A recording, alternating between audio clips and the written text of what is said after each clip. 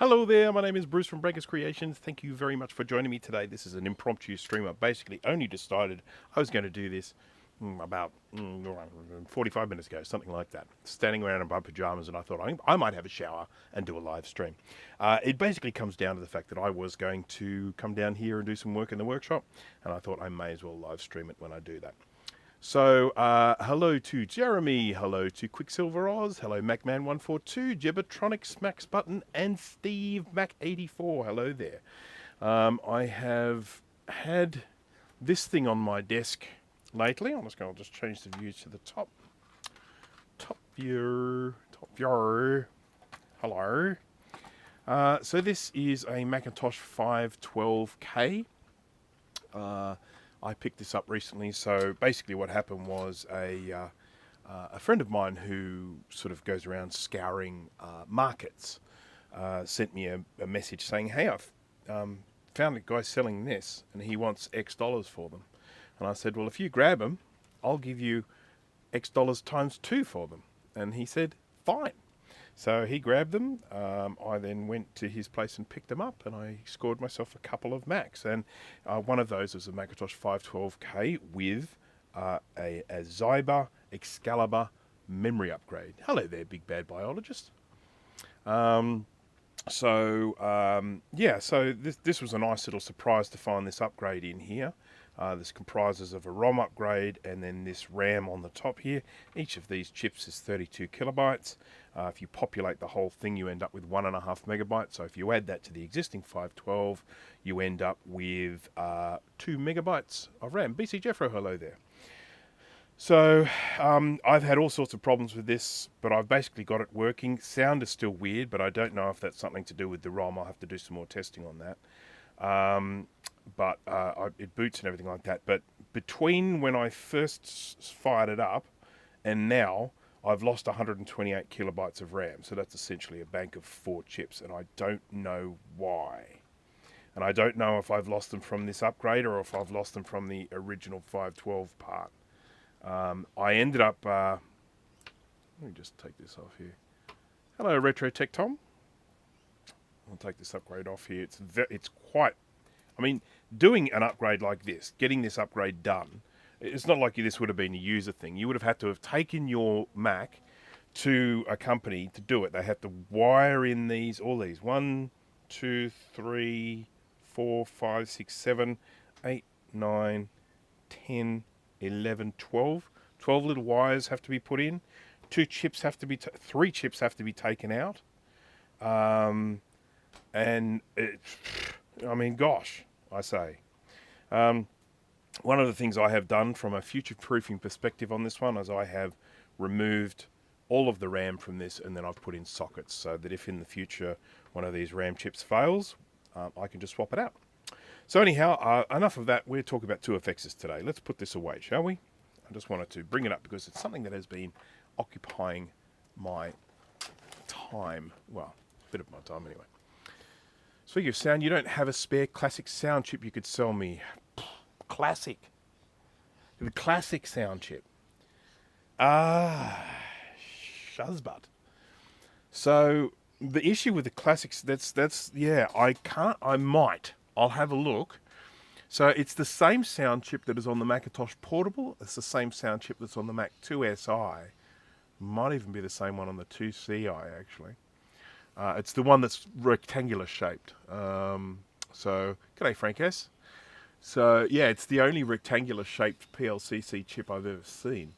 Yeah, I mean, look, I'll have a look. I might have, but I've got a sneaking suspicion I've already raided all of them from my donor boards. So I may not be able to help you there. But I will have a look. I will certainly have a look for you. And of course, I did all of those classic reloaded boards. And I suspect that all the sound chips have been used there, but I mean, there are so many dead classic logic boards out there. You would think you'd be able to get hold of a battery bombed classic board without too much headache. I would think. 2CI, yeah. If you've got a dead 2CI board, I think you're right, because 2CI, I'm almost certain it has 2 of them. because it's stereo on the 2CI, whereas it's mono on the Classic. So if you go onto the 2CI, I think you'll find that there are 2 of those little chips on there. Charlie, how's it going? Now, I have to come clean straight off the bat, okay? Because I know that I'm going to cop it for this. But I did do a slight misdirect on that thumbnail. That is not actually the board we're going to be recapping today. So for anyone here who is thinking, oh my goodness, look at all the battery damage, we're going to be doing lots of battery damage repair work. We're not.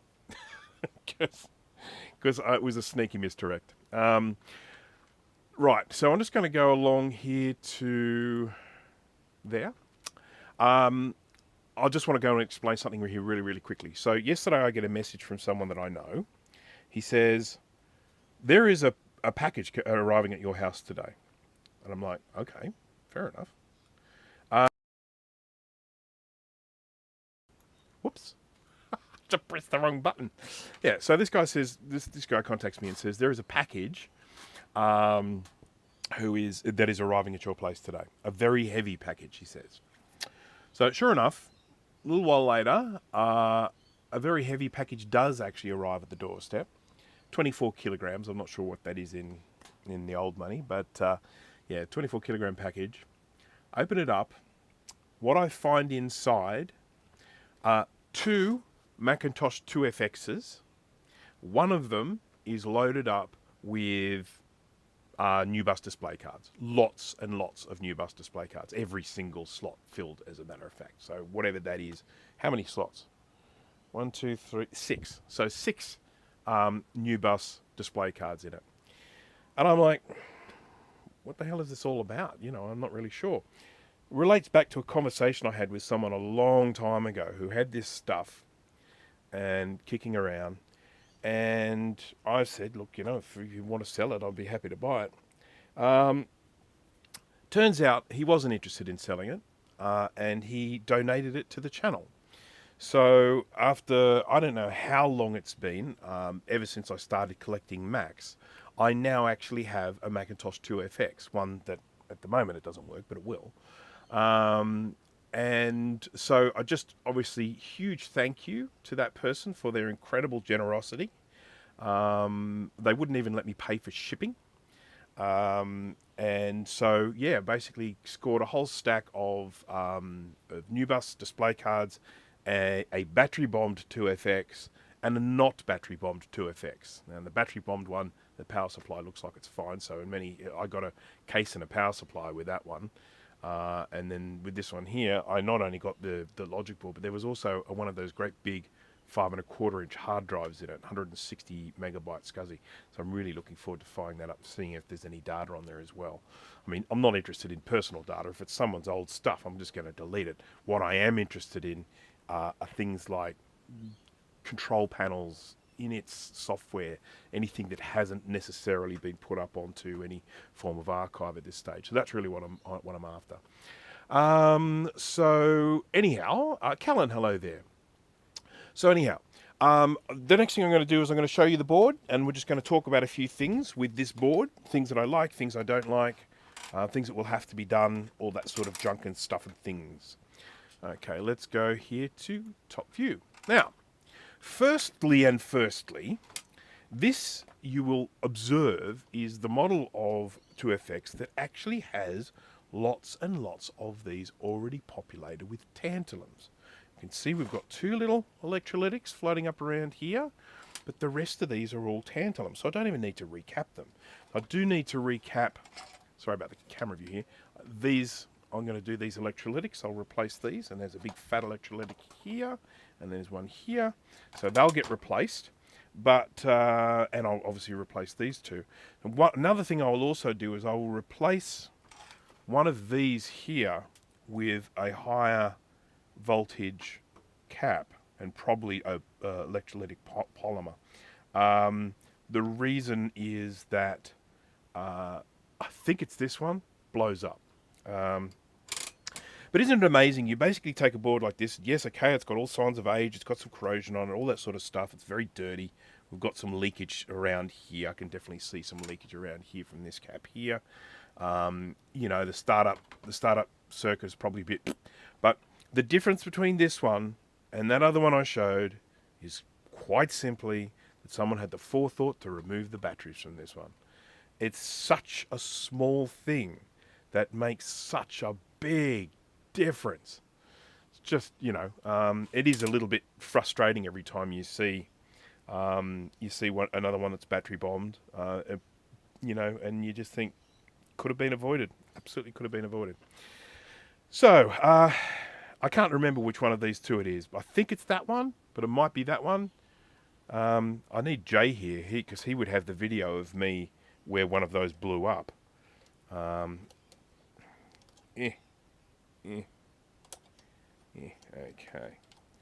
I absolutely hate this metal thing. It just annoys the crap out of me, so I'm just going to take it off. I may not even put it back on again. And I know the purists will probably say, how dare you? How dare you? But no, I don't like it. Don't like it? It's not right. Stupid thing. So stupid. I'll have to take this off because it's going to go into the ultrasonic cleaner, so I may as well take the button off for that. Yeah.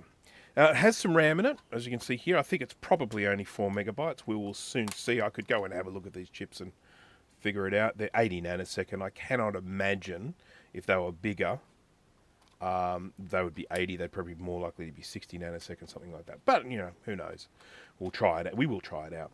These, of course, use a very different type of RAM to all of the other Macs. They use this RAM, which is exactly the same as the SIM. So just make sure you don't stick your SIM in there, and make sure you don't stick your RAM in the SIM socket, so because then you'll feel stupid. Okay, let's just get these out. 64 pins, something like that. It's the same number of pins as the ROM, so yeah, something like that. And you of course can get replacement ROMs for these. You can get things like the Rominator, and there's so many people out there making ROMs for these. It's fantastic. And with a lot of them, you can program them, the new ones that is. You can program them, you can stick an OS on them and stuff, so you can actually boot into ROM, which is very nifty. Okay, so yeah. So there's a jumper somewhere which allows you to switch between a cache or something. I don't know. I can't remember. One of the jumpers on here. Is it J20? Maybe. I've never actually owned a 2FX ever. I used to have one at the company that I worked at. So I worked at a pre-press sort of design studio. I worked in the pre-press. I wasn't really much of a designer. And we did have one of these, and they, of course, were the duck's guts, the fastest thing out there. 68030 running at 40 megahertz. There was nothing faster than them in the Mac world at the time they came out, and they were pretty awesome. And then the 040s came, left them all for dead. I would like to create an alternative version of that board. Hello, Thomas Armstrong. Yes. And of course there is the Reloaded. I've got a part finished Reloaded here that I have to finish. And I will do that soon if Kai watches this on the replay. My apologies, Kai, that's kind of stalled. But the short version of events is that I really got sick of it. So I needed a breather. I was just getting jack of working on that board, so I needed a little breather, and then I can come back to it. So what I'll probably do is, because I can't remember which one of those, I'll probably replace both of those just to be safe, and I'll replace those probably with, instead of 16 volt, I'll replace them with 25 volt, either tantalums or polymers. I'll see what I've actually got in stock. We can't start this up without batteries, but I do have a power supply that allows me to hardwire the startup circuit. I have a feeling that if I just plug this into power now, it would work. It would just straight off work, because the board is in such good condition. But, you know, we do things properly around here. Hard to say that with a straight face. And I'm going to recap it before trying it. So, yes, I've got to move these floppy drives here. I've been faffing around with floppies, floppies, because I have been designing and 3D printing my own floppy eject cogs, as you do. 0.5, hello there. That's all right. You're not too late. I've just been waffling on. I'm only just about to start doing work. So we've got to remove these two caps. We've got two 16-volt, 47 microfarad. So they've got to come off. One of them's sitting fairly close to the RAM slot. So I'll probably put a little bit of metal in between there to provide some heat protection. I do not want to melt anything. I just pop that there. And now this one here, what size is this? Hopefully I've got an axial cap replacement, but if I don't, I can probably just stick something else there. Okay. Okay, space is an issue with these boards. They suck. But this is where the old Vevor 30-litre ultrasonic cleaner behind me here comes in real handy, because this whole board fits in there, and that is just yayo. Ah, floppies. What?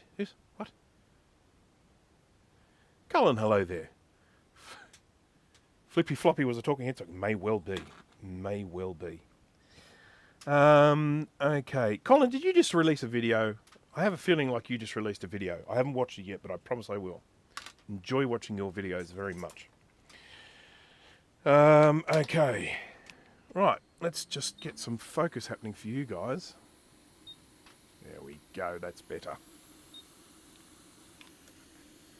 Always make sure you guys can see, and then I worry about me being able to see.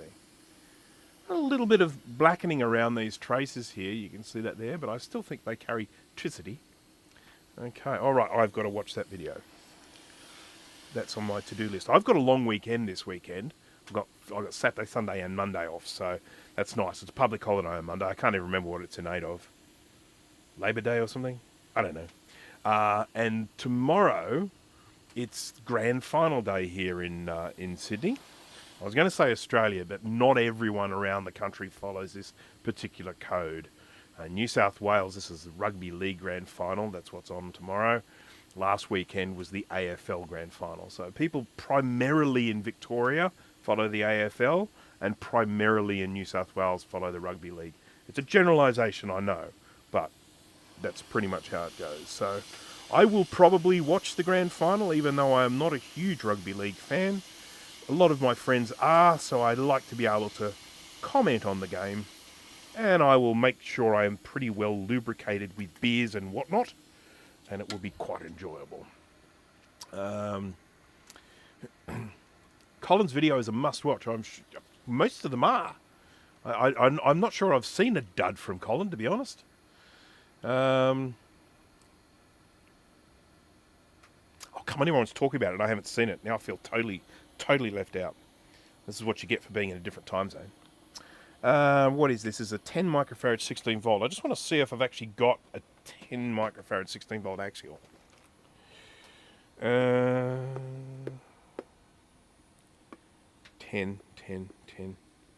What's that one? I don't have a label on this one, so. 10 microfarad 25. There we go. That'll do. That'll do. That'll do, pig. That'll do. Okay. All right. I'll cut this one off. Cut it off.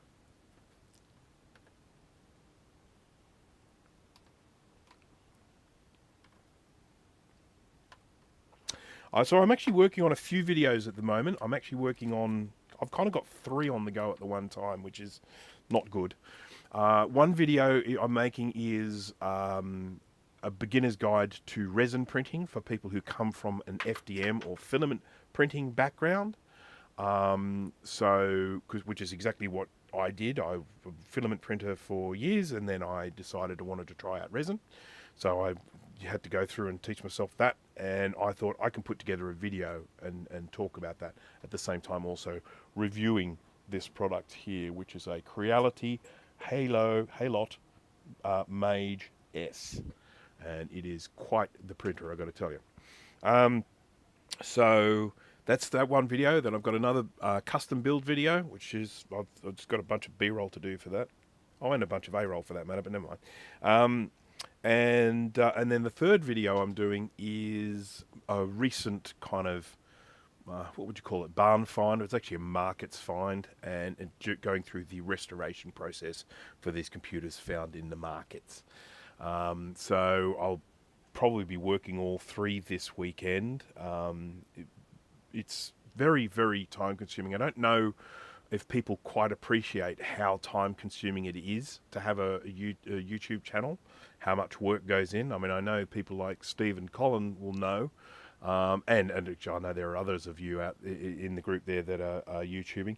Doing a live stream is a piece of cake. You switch the camera on, away you go. But when you're doing pre-recorded stuff with scripts, you know, B-roll, and I don't have a studio either. So when I want to record myself talking, I've got to stick a backdrop up, I've got to bring lights out, I've got to bring camera out, microphone, do all that sort of stuff, you know, make the living room really messy for like half a day and then record it and then put it all away again. It's very frustrating. But anyhow, yeah, so that's pretty much my weekends now, is just doing YouTube stuff to stay on top of it. I enjoy doing it, but it is extremely time consuming. I am left with virtually, after my full-time job and the YouTube channel, I'm left with virtually no time at all.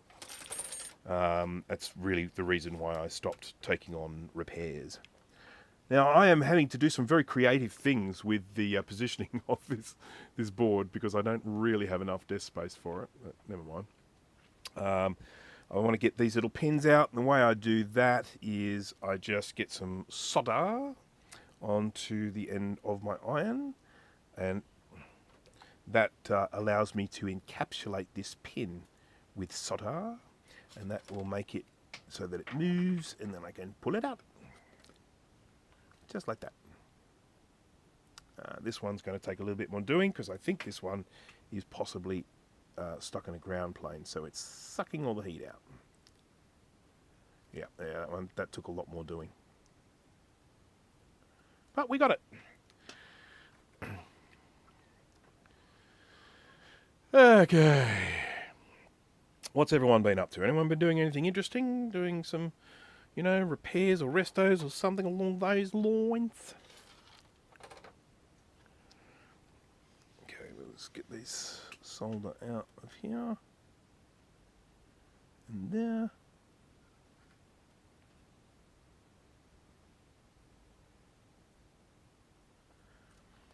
Okay. Stay. Okay, now I've got to clean these up. We've actually got, because I'm going to be putting a tantalum on here, I've actually got these tantalum pads here, so I've got to clean these ones up, sure. But ultimately, I don't actually need to solder anything onto these ones, because I'm going to use the big pads. The big tanties. Oh, I just dropped my piece of metal. We'll live. Now, I'm going to grab some Flux. I'm going to put this on here for cleaning, and just remembering, when it comes to Flux, Styri is the way to go. Links in the description and a discount code. I am a huge fan of Styri Flux, and they've got some new Fluxes coming out soon, which will hopefully be arriving here soon, so that I can test them out. Because it's all about that Flux.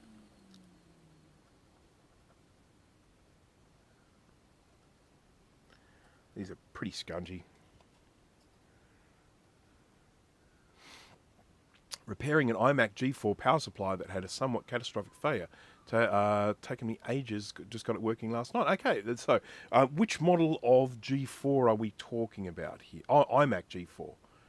iMac G4, so that's the lampshade. Okay, cool. Yeah, that's worth fixing. I love those Macs. And what else we got? Working on a battery bombed 7100. Hey. Going to have to hunt down a schematic, fix some traces that run under the battery. Yeah, well, good luck with that. I mean, there are more schematics floating around these days than there used to be, but they're still bloody hard to find. Just gonna give that a little bit of a scrapey scrape. Get some of that blood gunk off. As I said, I'm not actually going to be using this. I'm going to be using these pads on the right, but I still want it to all be clean.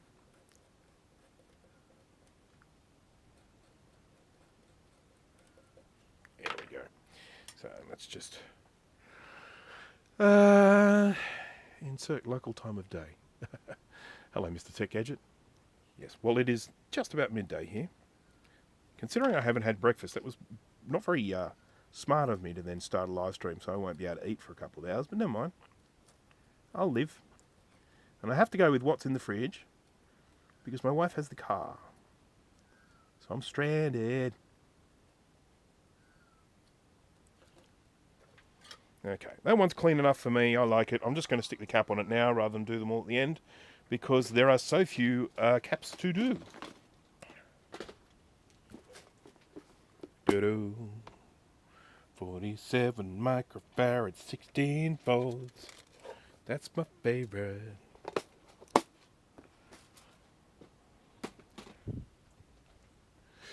What else have we got here? I built a Smart Port SD for my Apple IIc. Okay, what does a Smart Port SD do? Great video on the SE30 Reloaded.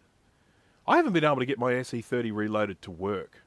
Unfortunately, I'm just getting a sad Mac chime. Video works. Audio works. It's loading from the ROM because that's where it gets the sad Mac chime from. But just getting a sad Mac chime. Now, of course, I got most of the components off a really badly damaged board. So, you know, there could be problems with those parts. I'm going to have to investigate that. But, yeah, I want to get it working because I have a project all ready for it. But, yeah, it hasn't worked yet. It's poopy.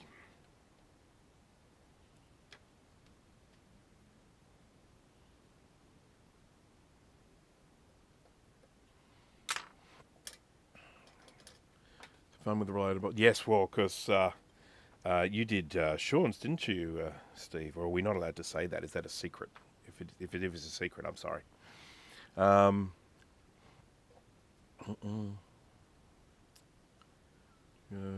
of the later ones, USB 2 iMac G4. Okay, cool. So that's the one that you can't natively load OS 9 on, I don't think. Well, not without some additional help. Lisa to finally boot from a floppy emu. Yeah. I have seen that. Floppy emu. I have seen that, I know, because the Lisa that I have here that I must fix and get rid of, it's not mine, has... it definitely works with the floppy emu. And you've got to do something, I think, but I can't remember what. How am I going to get in here? There we go. Nice.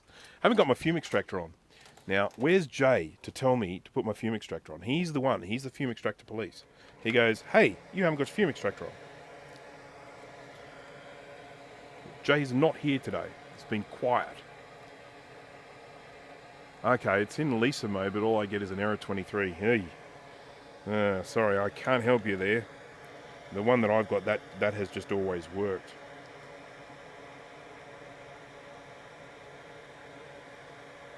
I'm sure there are people out there that can help you. I mean, the people that come to mind, you know, people who have leases. There's Adrian from the Australian Vintage Computer Society. There's Madeline McAndrews. She's got one. She's got a couple, actually. One of them is here. All right, this has still got gunk in it. I'm going to have to clean this from the other side. Hey, what? Did I just change fuse? Has it always been like that?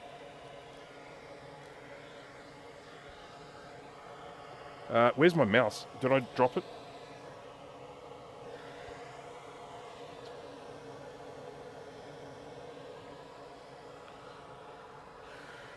There it is. Drop the mouse, don't drop the mouse, baby. Okay, this is the bit I need to clean. Just here.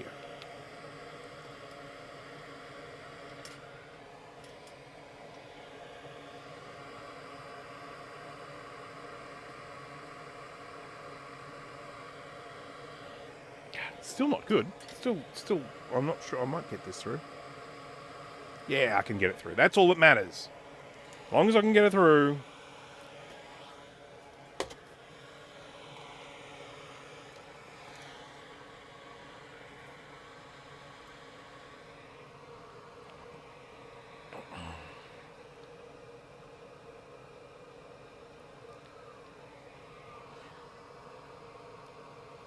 Yes, I need to go back and spend some time on this reloaded board because, as I say, I need it for a project. But it's probably something really obvious that I've missed. I mean, I sent a message to Bowl just to double check and see whether there are some known issues on this revision of board. Of course, the other thing is I didn't do any of the birdseed on the back, so I'm kind of trusting that all of that is right. I've put all the inductors on there; that's all correct. But all of the passives, the diodes and capacitors, they were already on there. So, and that's it. They're all built with known working RAM, known working ROM, and yeah, I basically just get sad Mac chime when I start it up. But I do get a video signal and I do get audio. So, yeah, that's kind of where that is. It looks pretty though, doesn't it?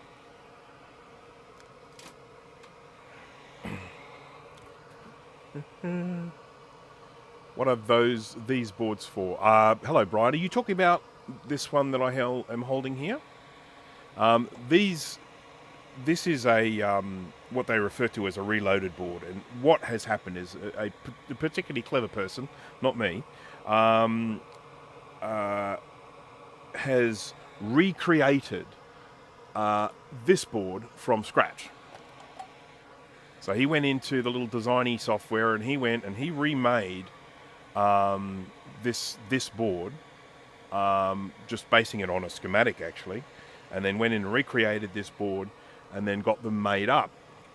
And if you're not aware of the situation, the reason why he did that is because a lot of the original boards have been irreparably damaged from batteries that have exploded and spewed out their alkaline on them and just completely and totally destroyed the board beyond repair. So what you can then do is you can take that old board, you can move all the components across to this one and then get a working machine. But mine is not working. But I'll fix it. You mark my words. Can be done. That's the wrong way around. There we go. So there's the minus pointing to the minus.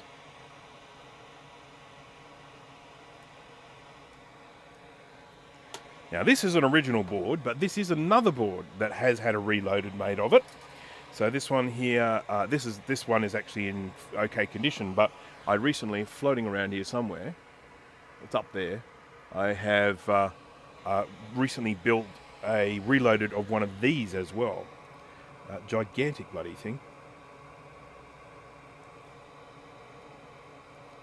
This board size is very annoying.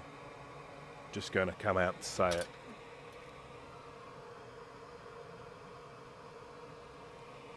Yes, no, you're exactly right, Anna. If I'm already getting a sad Mac chime, I'm really, really close.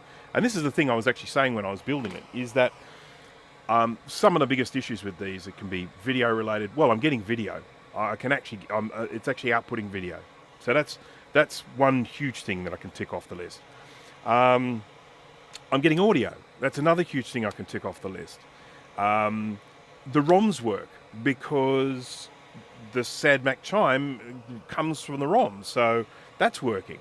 So really, probably all I really need to do is just go around and do a couple little beepity beeps with the multimeter, just to make sure, that everything's all done proper. And I've got to probably inspect it again under the microscope, make sure I haven't got any solder bridges, accidental solder bridges. Is there a large market for these old Macintosh boards? Yeah. Well, it's anything with a sort of like collecting, any sort of hobby really. You generally have a group of people who are really into it. I've been collecting Well, I collected Macintoshes for a long time, and then I stopped. And I actually sold a bunch of them, and then I regretted it some years later. And then I've gone back into collecting. So I've actually got a fairly significant collection of vintage Macs. And the Macs in particular, I think because Apple had a very sort of noticeable design aesthetic at the time. And so I think a lot of people, see them as a definite time capsule of computers during that era. And then, of course, if you're like me, and I actually used to work with these computers, so I've got a lot of nostalgia associated with these vintage Macs. This model in particular, I used to use one of these at the company I used to work for.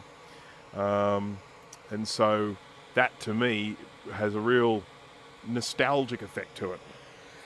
And as you can sort of see here, there's a little bit of gunk around here. This is definitely an indication that this capacitor has reached end of life.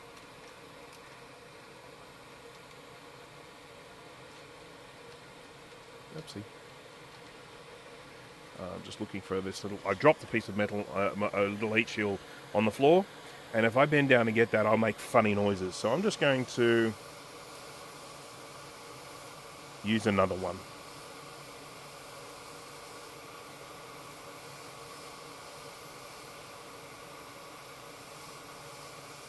Oi!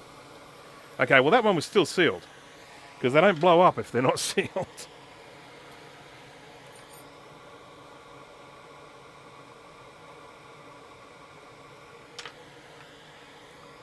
And we're going to do a little bit of cleaning here.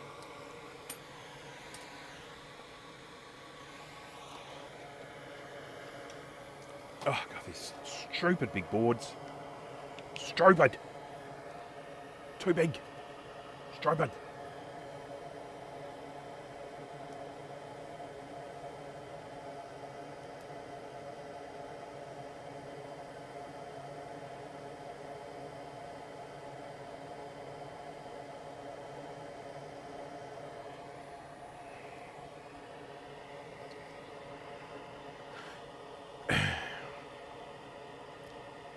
Oh, hello, Jack. I didn't say hello to you.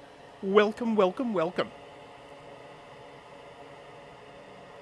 What's one of the gaming... There's one of the gaming things that I know. What is it? Is it Nintendo 64 or something like that? I can't remember. But I did some restoration work on one of those. Someone sent one to me. So, yeah, I mean, a lot of the gaming stuff. And, of course, the other thing has become very collectible, are the old 80s micros. So the computers that... Whoops, I just melted that button. The computers that sort of started the personal computer industry. So, things like your Commodore 64s, VIC 20s, your... what are some of the other ones? Chime in. Feel free to chime in. They've become really, really collectible, again, because a lot of people grew up with them. They're like, that's the computer they learned computers on. And they want to get hold of one. So my first computer was a thing called a VZ200. It was essentially a rebadged Laser 200. And it was sold here in Australia by a company called Dick Smith Electronics, also known as the Electronic Dick. And I managed to talk my parents into buying me a computer. They weren't going to spend a whole lot of money because, for as far as they knew, it was just a fad, This may not have been something I stick to. I might have played with the computer for a week and then said, no, I don't want to do this anymore. So they certainly weren't going to spend a whole lot of money on it. Now, as it turns out, the whole family ended up using it. So next time when we got a computer, a bit more money was spent. There we go. Okay, that's clean enough. Sorry with the focus here, because I've got this at an angle, it's hard for me to actually keep the whole thing in focus. TRS-8 is another one. Love a good 2FX stream indeed. My apologies for the misleading thumbnail for anyone who has noticed that I put on a really, really badly damaged image of a 2FX in the thumbnail, and that is not the computer that I'm actually working on. But I wanted to get everyone's attention, and it worked. Well, I got some people's attention anyway. Okay, so I'm going to plop this on here. This is a tantalum capacitor. I took off an electrolytic, replacing it with a tantalum. And remember that the confusing thing about the two is that the tantalums have a stripe on the positive side, the electrolytics have a stripe on the negative side. And that is done just to confuse us. No other reason.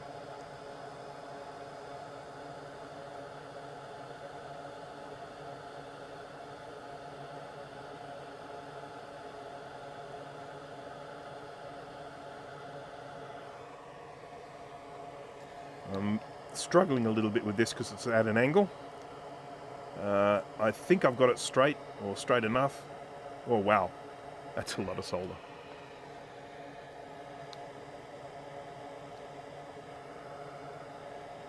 Close enough for rock and roll, as they say. There we go. Alright, so that's the only two. What I am working with, you will actually, if you have a look in the description, you will actually find a list of every single product that I use, as well as some budget alternatives. But I'm using a Hako FX 951. I like it a lot because it uses T12 tips, and I love T12 tip soldering irons. There are lots of T12 tip soldering irons out there. I hate the interface. It's the dumbest interface of any soldering iron I've ever used. But, you know, beggars can't be choosers. Good enough for government work.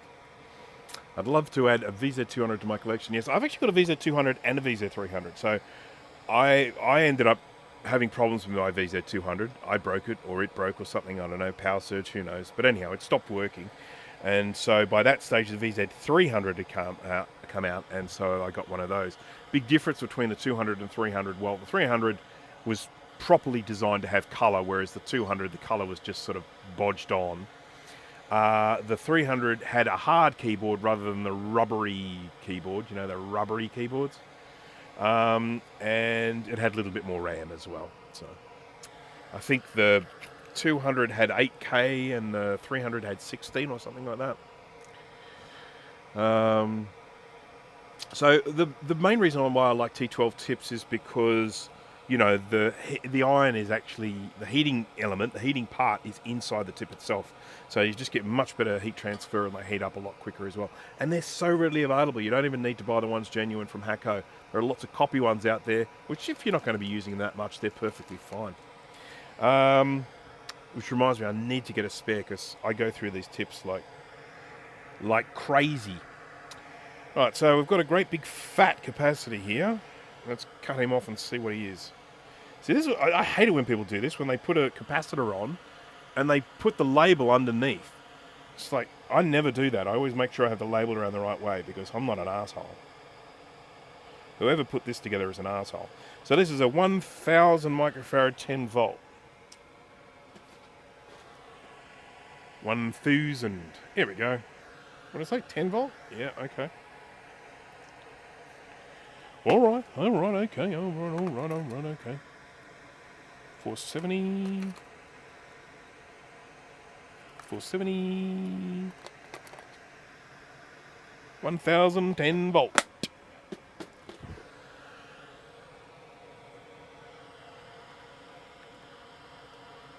Hello, chicken. Got a chicken come in to visit me. If it comes close enough, I'll pick it up. You can say hello to it. Unfortunately, I can't do the chicken cam at the moment because that particular security cam doesn't seem to be working properly. Hello. You're expecting some food, aren't you? I'm sorry. I'm not going to give it to you. Yes, yes, this is radial and axial electrolytics used to come in such fun colours. They still do. The ones I replace this sometimes, the ones I replace it with, they're bright blue. They're almost like a cyan colour. Isn't 1000 microfarad equal to 1 farad? No. No, it's 1 million, I think. I think it's 1 million microfarads is 1 farad. But someone can check that.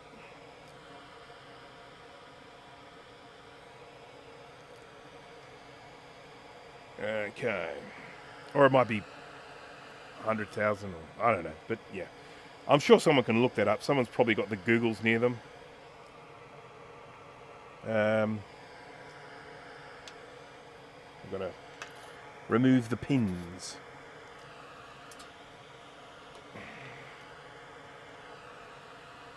There's a pin. I do BGA work as well. I have been meaning to actually do a video on BGA. I haven't had a chance to yet. I think the biggest thing stopping me from doing that is finding some examples to actually work on. But yeah, I mean, look, I will avoid BGA work if I possibly can, because it's a bit of a pain in the bum. But yeah, I definitely, I used to do quite a lot. When I used to repair Macintosh laptops, they had a common failing on them, which was the system management controller, and that was a BGA chip. And so I used to get hold of donor boards and then take the system management controller off a donor board and stick it onto the broken one. And so that was something I used to have to do a bit of. But I haven't done much of that. I've kind of just mainly been doing all of this vintage stuff these days. Whoopsie. Okay, got that one through, but this one here is being a bit of a cow. It's a bit unfair on cows, isn't it? I'm trying to get the solder out of this little hole here. Sorry, I'll get that into view and I might even focus it if you're lucky.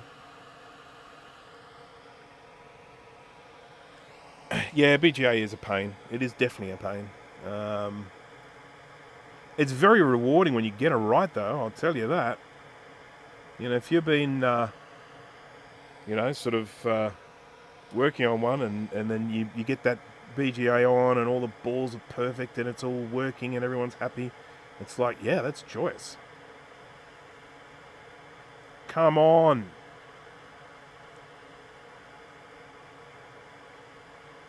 Come on, he wants to come out. Yeah, I got it.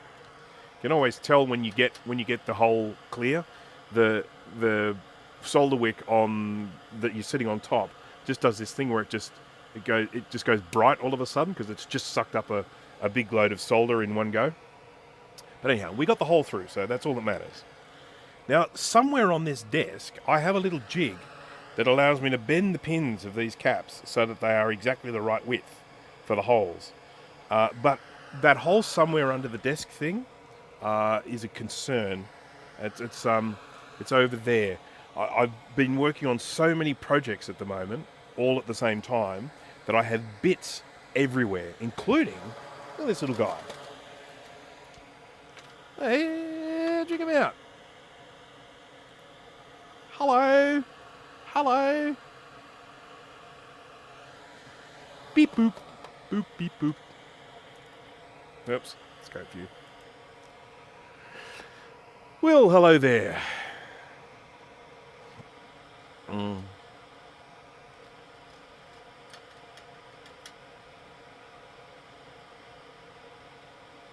Yes, it is funny that, you know, farad, we have a farad, and you hardly ever, I mean, like, what device has a 1 farad capacitor in there? You know, you sort of feel like they got the units a little bit out of whack, where virtually everything we use is in micro or picofarads.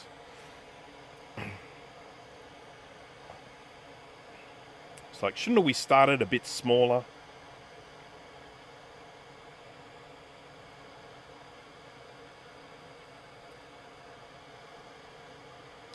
Can you believe it's October already? Ay caramba. October, I tells you. It's going to be bloody Christmas soon. Backwards.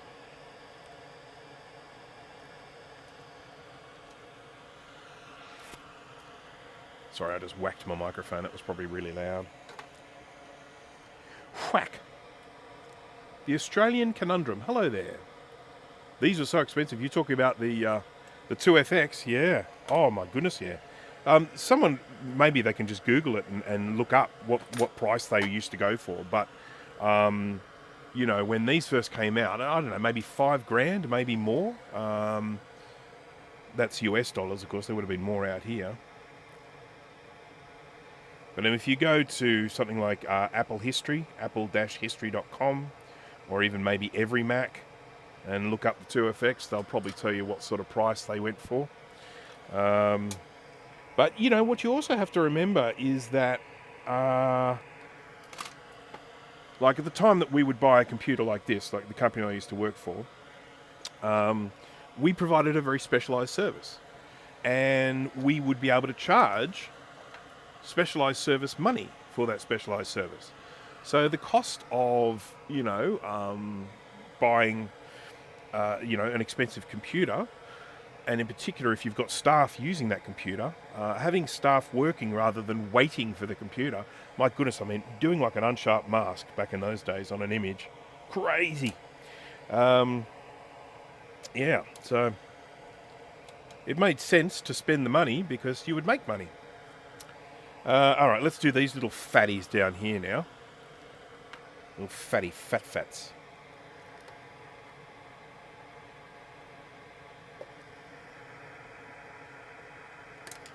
What's this one? Whoever put this together really worked hard to make sure all of the ratings of the caps were facing the other way. 22016. I'm going to replace it with a 22025. These are 470. These are already 25 volt. How about that? So I'm going to replace these with 47025s as well. There we go.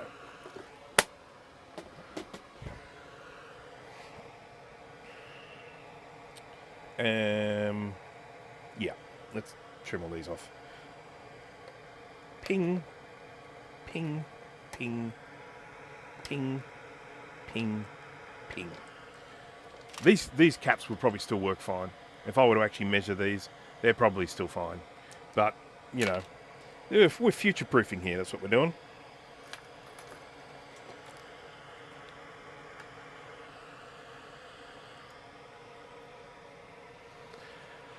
Crazy money for the day, which helped them stay scarce. Love all Macs. Have a great weekend. You too. Thank you for that. Have a great long weekend. Assuming you're, of course, in one of the states that has the day off tomorrow. If you're in Victoria, on Monday, sorry. If you're in Victoria, I'm afraid not. I read most of your shirt as the start of the stream, but I couldn't see the last one or two lines. Yeah, let me get it. I'm going to show you. Me.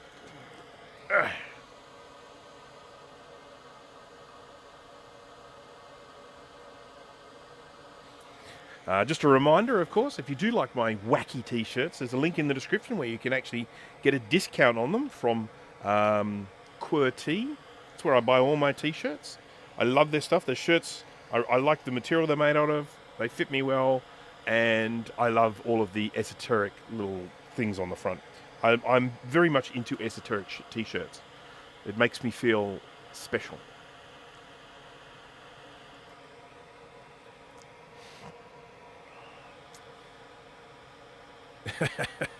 I expect this one to be 2FXed. It should just be 2fixed, shouldn't it? I will be very, very surprised if this one doesn't just work after recapping. But, you know, if one thing vintage computer work has taught me is humility.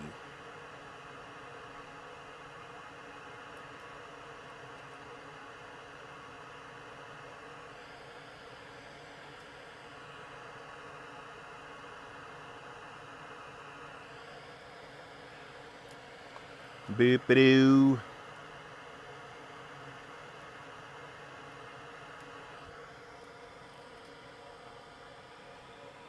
Oh, wow. $9,000. Ay caramba. Now, of course, they would have come down in price eventually, but that is... So, 9,000 US dollars to buy a 2FX. Oh, chicken's actually sitting down there. Hello.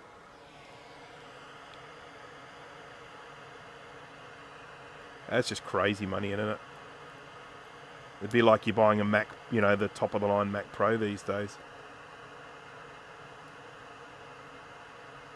And once again, you know, if you're making money from your computer, then you surely are going to spend money on your computer.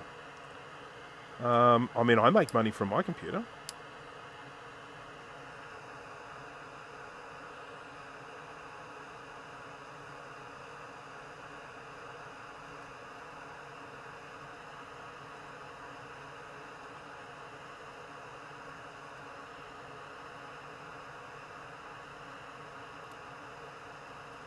Yay! All the pins out.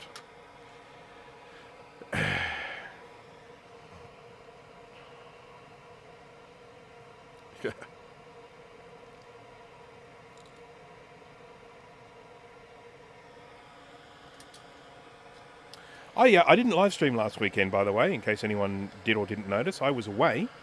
I went and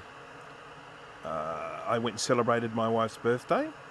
We went and stayed in the city of Sydney, overnight, and had a lovely time. Ate in a yummy restaurant in the city and stayed there. I only live, I guess it's by car, it would take me about probably 40 minutes to get to 40 minutes to get to the city. Assuming, of course, it's not terrible traffic.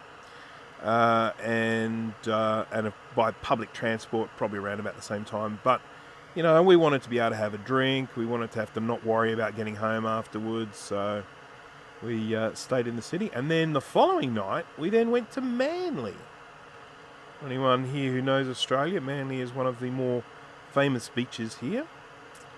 And we went and saw a band called 660. I don't know if there are any Kiwis in the audience, but 660 are quite a well-known New Zealand band, and they were brilliant.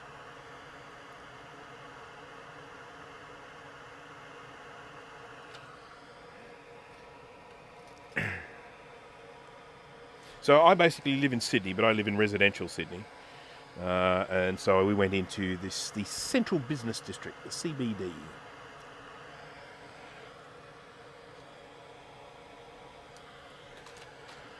Which is much, much, much closer to the water than where I am.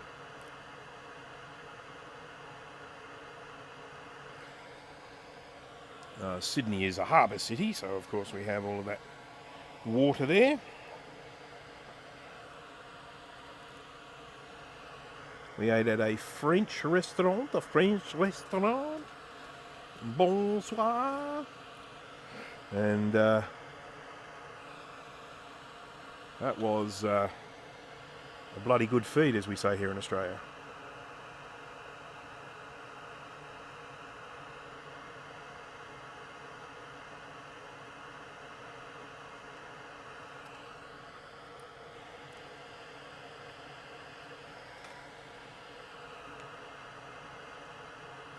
Sometimes adding a little bit of solder can actually help you get the rest of the solder out, because solder likes to hang out together. One little bit of solder hangs out with another bit of solder.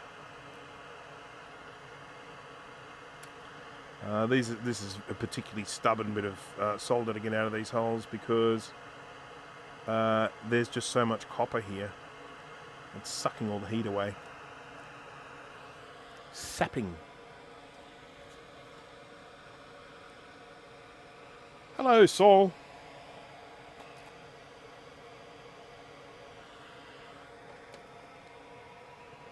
Recapping 2SI power using your guide. Okay, works treat. Well, that's great to hear. It's very, very good to hear. I mean, the old 2SI, boy, now that's a power supply that needs some recapping, I'll tell you. It's not like you can just skip those ones. Hey, no, sir. What I'd really like for this is some solder needles, which I have over here somewhere over there. Now I've lost my wick. There it is.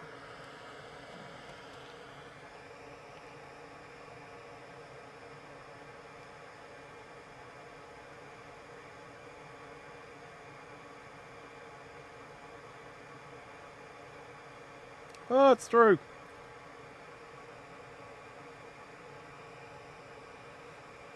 Yay. Okay. You can harvest its syrup every year. Good one, Thomas. So, which city is the largest in Australia, population-wise or geographically speaking? At the moment, Sydney is the largest population in Australia, but only by a nose. Melbourne has actually been growing faster than Sydney has. One of the reasons for that is Sydney is so ridiculously expensive. But Then again, so is Melbourne. Yeah. And just, you know, if you're looking at a map of Australia, so Sydney is on the, what is it, eastern side, right, you know, kind of like, I don't know, about 2/3 of the way down, something like that, down there. And then Melbourne's a little bit further down, and then a little bit under as well. Sydney is where Bondi Beach is, which of course was the name used for the very first iMac. It was in Bondi Blue, named after the beach.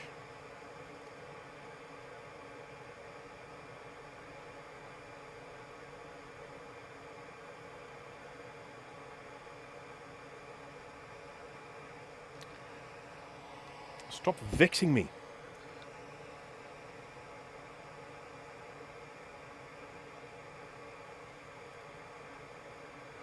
But Sydney is also a real sort of sprawling city. There, it's very geographically large. You know, there's a very large suburban area of Sydney.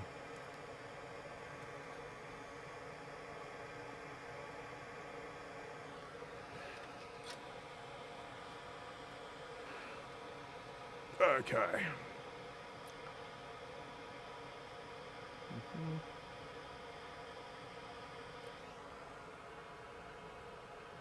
Hello.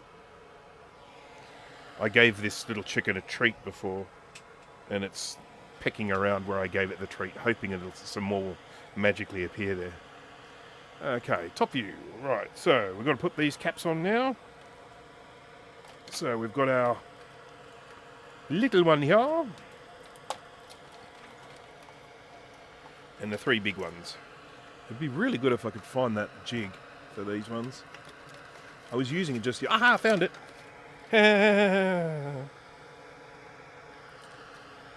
Okay, so that makes life a lot easier because I can just basically get these. I plonk them in here like that. And then I just bend the pins down.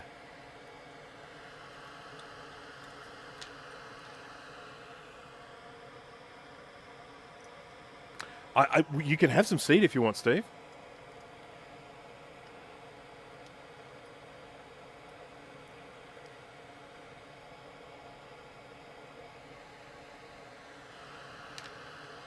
We've got one bucket here which has got a chook feed, and the other one has sort of like it's a treat. They call it a scratch mix, which is basically just seeds and things like that. So that's for their treat. But then the actual chook feed is very specifically designed for chickens that lay lots of eggs, because they obviously need a lot of protein and calcium.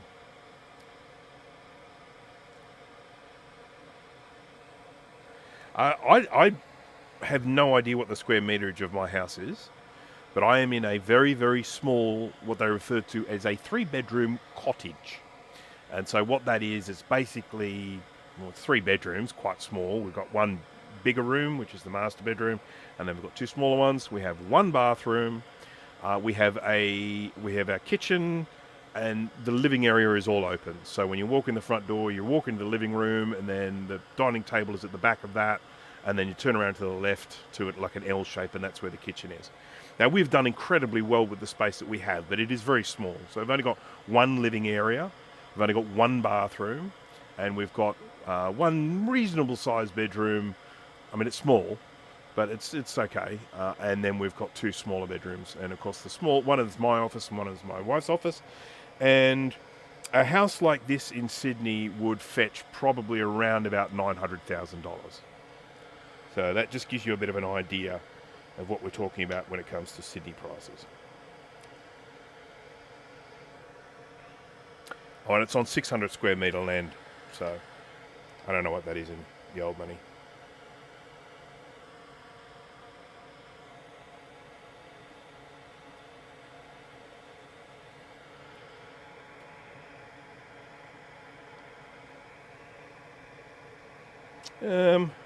There's the plus.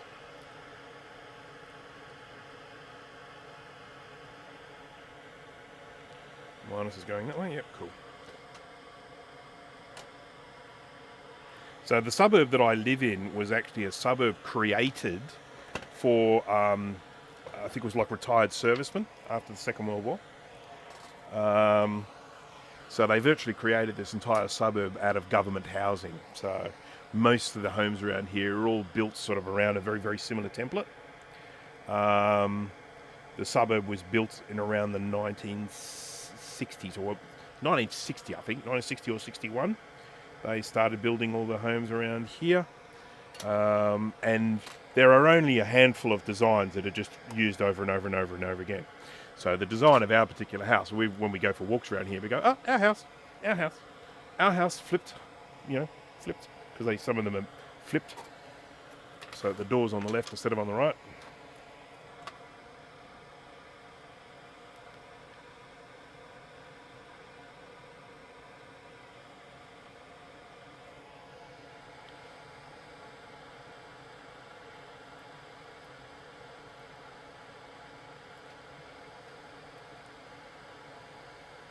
There we go, just going to pop these caps in.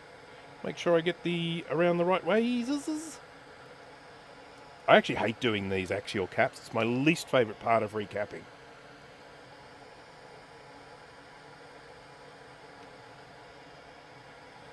But it has to be done. Well, actually, it doesn't have to be done. I've got a couple where of mine that I never even bothered. It still works. Oh, crikey.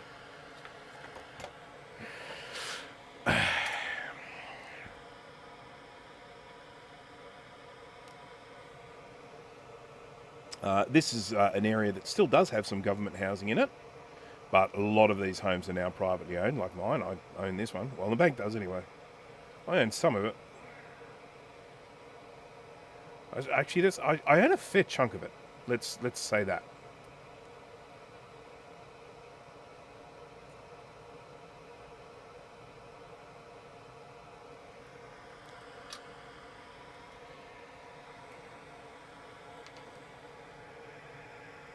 Bing, bong, bing, bang, bong, bloop.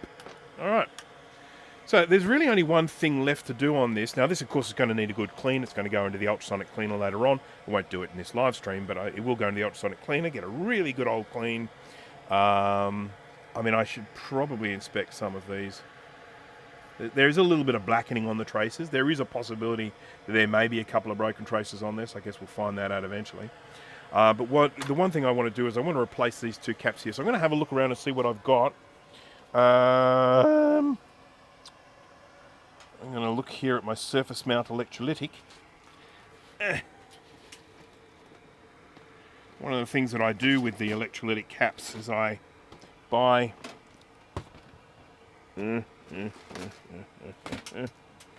I buy the polymer ones, the polymer hybrid, so they don't actually have any liquid in them, so they can't leak.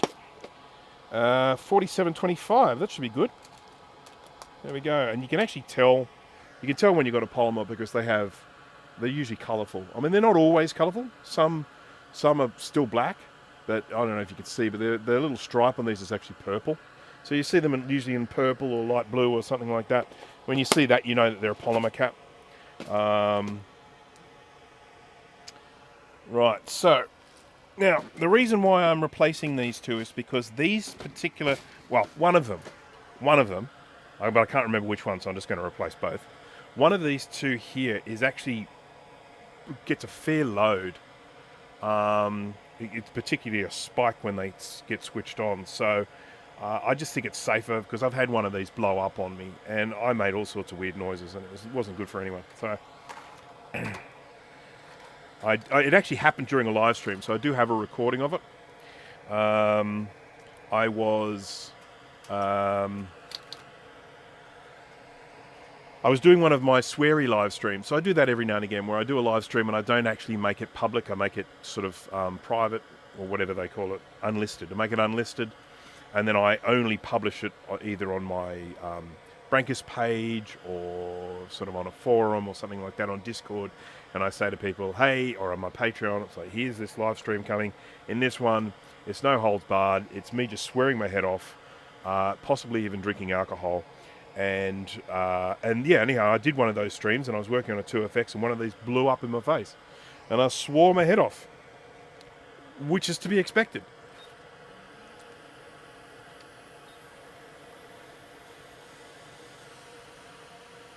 Hello, 64-bit guy. PowerBook 1400 misbehaving. Those yellow caps, are they polymer? Couldn't tell you.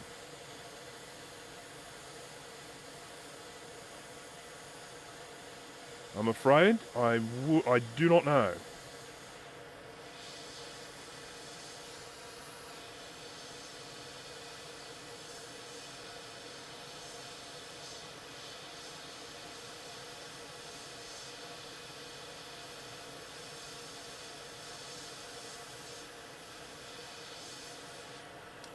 These take a little bit of removing because they all have these, maybe you can see these little dots here. You probably can't see them. Probably should have done this with a microscope. They have these little tiny dots, and those dots are component adhesive. So even when you melt all the solder and you think, oh, she's about to come off, she doesn't. She's stuck on there. But the component adhesive does come off quite easily when you just apply a little bit of heat. Just a little bit of heat and scrapey. Aluminium sheet for heat protection. So I do use that sometimes. Like there are several things that I use for heat protection when I'm using the hot air station. I'm just going to demonstrate these now. One of them is this. These are blades from those clicker, box cutters. Ones you click up. I just grab these, I buy a packet of these blades, and then I just snap them to whatever length I want. And then if I need to stand them up on the board so they don't fall down, I have these little springs, and I just put a spring on top like that, and then I just hold them wherever I want. Just put them like that, and they just provide some shielding there. So that's one thing that I use. Another thing I also use is, I'm going to say aluminium because that's how we say it here. I use aluminium tape. So you can buy it in a roll, and it's adhesive, and it's quite thick aluminium, and you can bend it into whatever shape you want. You can stick it onto things. So if you're wanting to hold it in position, you can actually stick it onto the board or something like that, and I use that for heat protection as well. You just have to be careful though, because aluminium is such a good conductor that if you stick it onto something plastic and then you hit it with the heat really hard, it's just going to pass straight through the aluminium. It is better off to have a bit of an air gap between the aluminium and what you're actually protecting.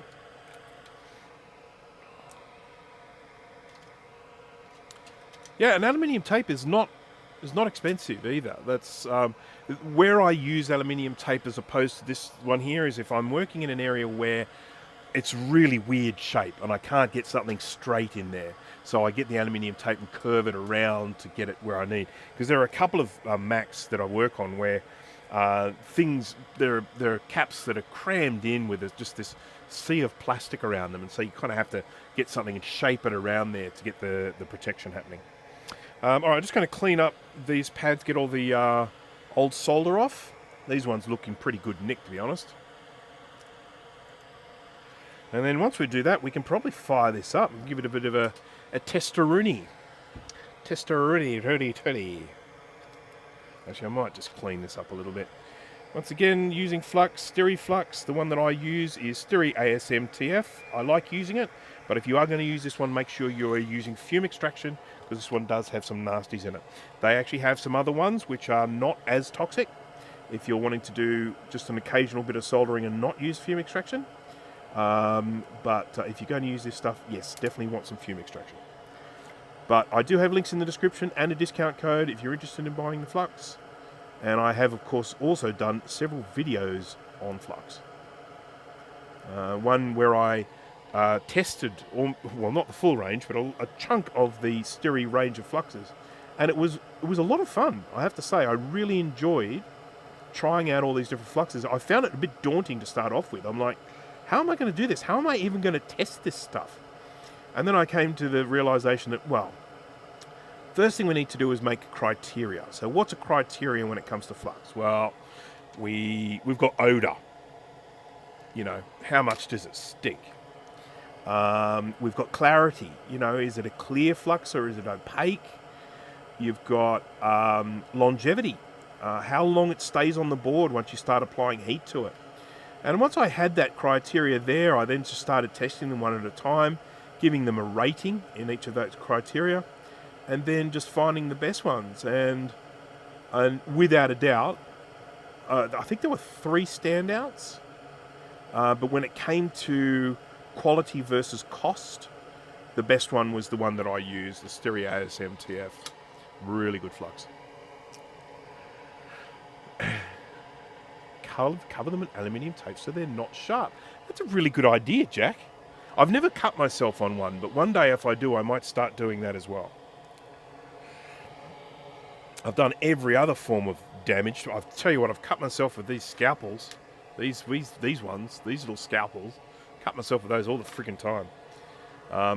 Where I often get caught out is if I'm holding the scalpel like that, and if I'm doing something really close and fine and really concentrating, and my hand creeps up, and I'm holding it like this, and I creep up further and further, and the next thing you know, that's where the blade starts, just where my pinky nail is. That's where the blade starts there, and it goes right up my hand here, and then all of a sudden I start cutting myself right there on the edge of the blade. I do that all the freaking time.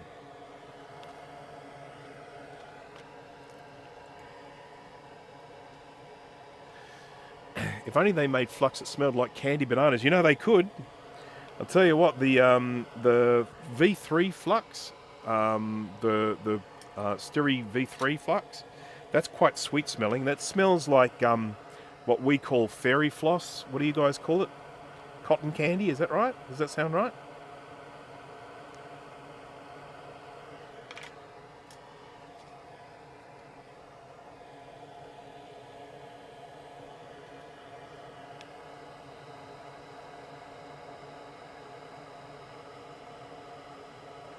So in other words, it smells like bloody vapes.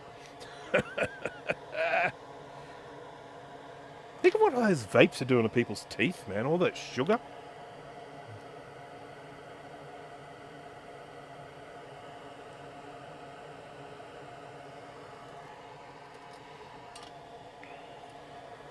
The thing that always gets me with vapes is, you know, you're just buying them from unreputable sellers, and a lot of these ones which are sort of, they're meant to be like an alternative to smoking, but they bloody put nicotine in them, so you get addicted to them.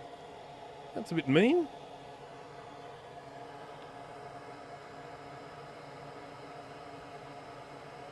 Okay, there's one. So, as I say, just putting these caps on. I know it's sort of unusual to see me putting an electrolytic on, because I'm usually taking electrolytics off and replacing them with tantalums. But in this instance here, I've chosen capacitors that are not going to leak. They still have a lifespan, but they're not going to leak. And they're also, they will be better with, what do you call it? Like pulses in power, you know. Vroom. There's a word for it, but I just can't think of it. Let's give this thing a try. So I'm going to put everything back together again. Oh, this hasn't got a built-in display, so we'll just check the chime, and then if we get a chime, I'll have to duck up and go and get a... which is bank A and which is bank B? There it is, bank A. I'll duck up and get a display card from the house. Oh, I might even have one down here. Maybe. Yeah, I can see. Well, that's a network card. Oh no, I can see some cards. Yeah, I think I've got a display card. I've just been on a quest for new bus cards, you know. I mean, there are some that I don't really bother too much about, but I sold the most awesome new bus card, display card, a while ago, and I'm so annoyed with myself. I got a Radius card just yesterday, Radius 824/8/24 XLI, and it does 1152 by 870 resolution. So that's impressive. I'm really pleased with that. But it is so slow. I'm like, oh, this needs drivers. So I hunt and I look, and it's like, oh crap, I've already got the drivers installed. This is just how slow it is. Bad. What are your flux syringes? These ones here. These Stereo Flux. You'll find links in the description of this one. So these come in. This is a 10cc syringe. You can get them in. Or is it 20? No, it's 10. You can get them in 30 as well. I generally prefer to go with the 10s because I find with the 30s, and particularly when you're very first starting them, when you squeeze a bit of flux out and then you put it down, it keeps oozing out. Whereas the 10s, I feel like I get, I get to use all of it. When you buy these, you get the tube. You generally get a plunger. This is my own plunger. I made this with my 3D printer. You get a little thingy on the end. What do you call it? A needly thing. You get one of these. I've got a whole stack of these. I've bought a ton of them. Oh, is this them? Oh. Well, not that many. I thought I had a ton of them. I've got some. Yeah, and the reason why the syringe is orange in colour is because it actually blocks out UV light, which makes the flux last longer on the shelf. So, yeah. Vapes do have propylene glycol, and engine coolant does too, but it's not a what word is that? I'm not even sure how to pronounce that word. Is it a word? Or is it a misspelling? Nokive? Is it Nokiv? No, I don't know. My stepdad was a smoker. In the last year or two of his life, went diabetic. Yeah, well, that's common. Yeah, I was a smoker when I was a kid. I started smoking when I was about 15 or 16, something like that. Gave up probably when I was 20 something. I'm just trying to think. Yeah, 20 something, early 20s. I gave up, I think. Haven't smoked since. Stupid thing. And of course, the funny thing is, this is a really interesting statistic that you're probably aware of, but adults don't start smoking. They just don't. You don't have someone like in their 30s or something like that just suddenly go, I'm going to start smoking. Kids start smoking. This is a product that has to be, kids have to start it, because once people grow up, they don't do it.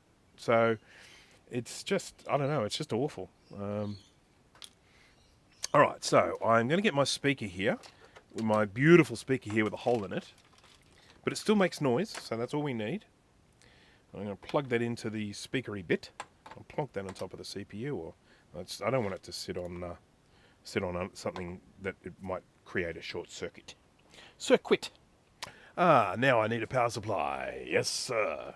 So this power supply that I'm using, now, there might be someone looking at this going, you can't start this without a battery, and you're right. But I have this power supply which I made up. It's an ATX power supply that I've just gone in and made up with some plugs and stuff here. And when I use this power supply, it bypasses the startup circuit, so the batteries are not needed. And it's a really, really good thing, even just from a diagnostic perspective, because when you are trying to work on these things, you might press the power button and it's not working. And you go, what's the problem? Then I power this up, and it works. And so I can then, it just immediately tells me that the fault is in the startup circuit. So I don't need to worry about looking at anything else, just look at the startup circuit. And that's just, a relatively straightforward little schematic of that. There's not a whole lot going on. So it's very easy to diagnose the startup side if you know that's what the problem is. So, yeah, and things.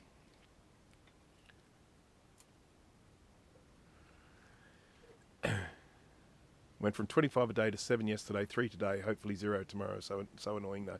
Yeah, well, look, as someone who was a smoker and gave up, I can tell you that I can tell you certainly from my perspective, a couple of things. First of all, I had a motorcycle accident when I was 20, and I was a smoker at the time.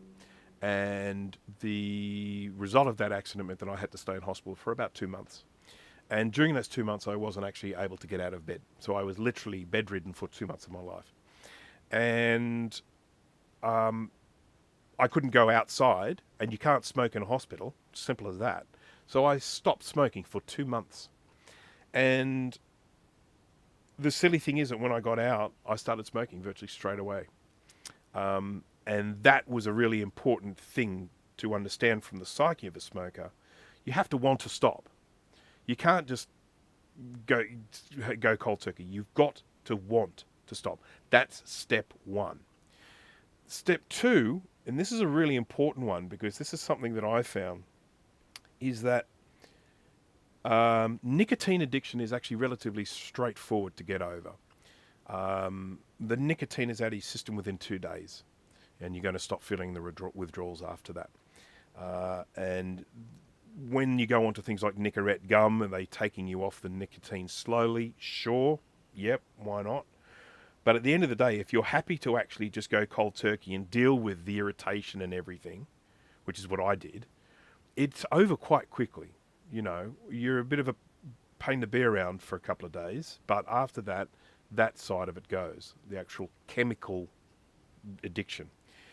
But what I had not prepared myself for, and this is the thing that took a lot of understanding, was the feeling of disappointment each time when I would do something that that I used to associate with a smoke. So, for instance, I would have a smoke on my way to work. So I'd park my motorbike, I would walk from the parking station to my office building, and I would have a smoke during that walk. And that was a very important part of my life. I would have a smoke during my lunch break, and I really enjoyed that lunchtime smoke, and that was a very important part of my life. Every time I would go through one of those moments and have that realization in my head that there's going to be no cigarette, there's going to be no smoking, you just get this feeling of disappointment that hits you, of that you're missing out on something. And that was the hardest part for me. It's not the same for everyone. Everyone gives up smoking in a different way. But for me, that was the hardest part. So when I started finding ways of dealing with that emotional disappointment, I was then actually able to get a better control of, you know, sort of giving up smoking. And then I got to a certain point where I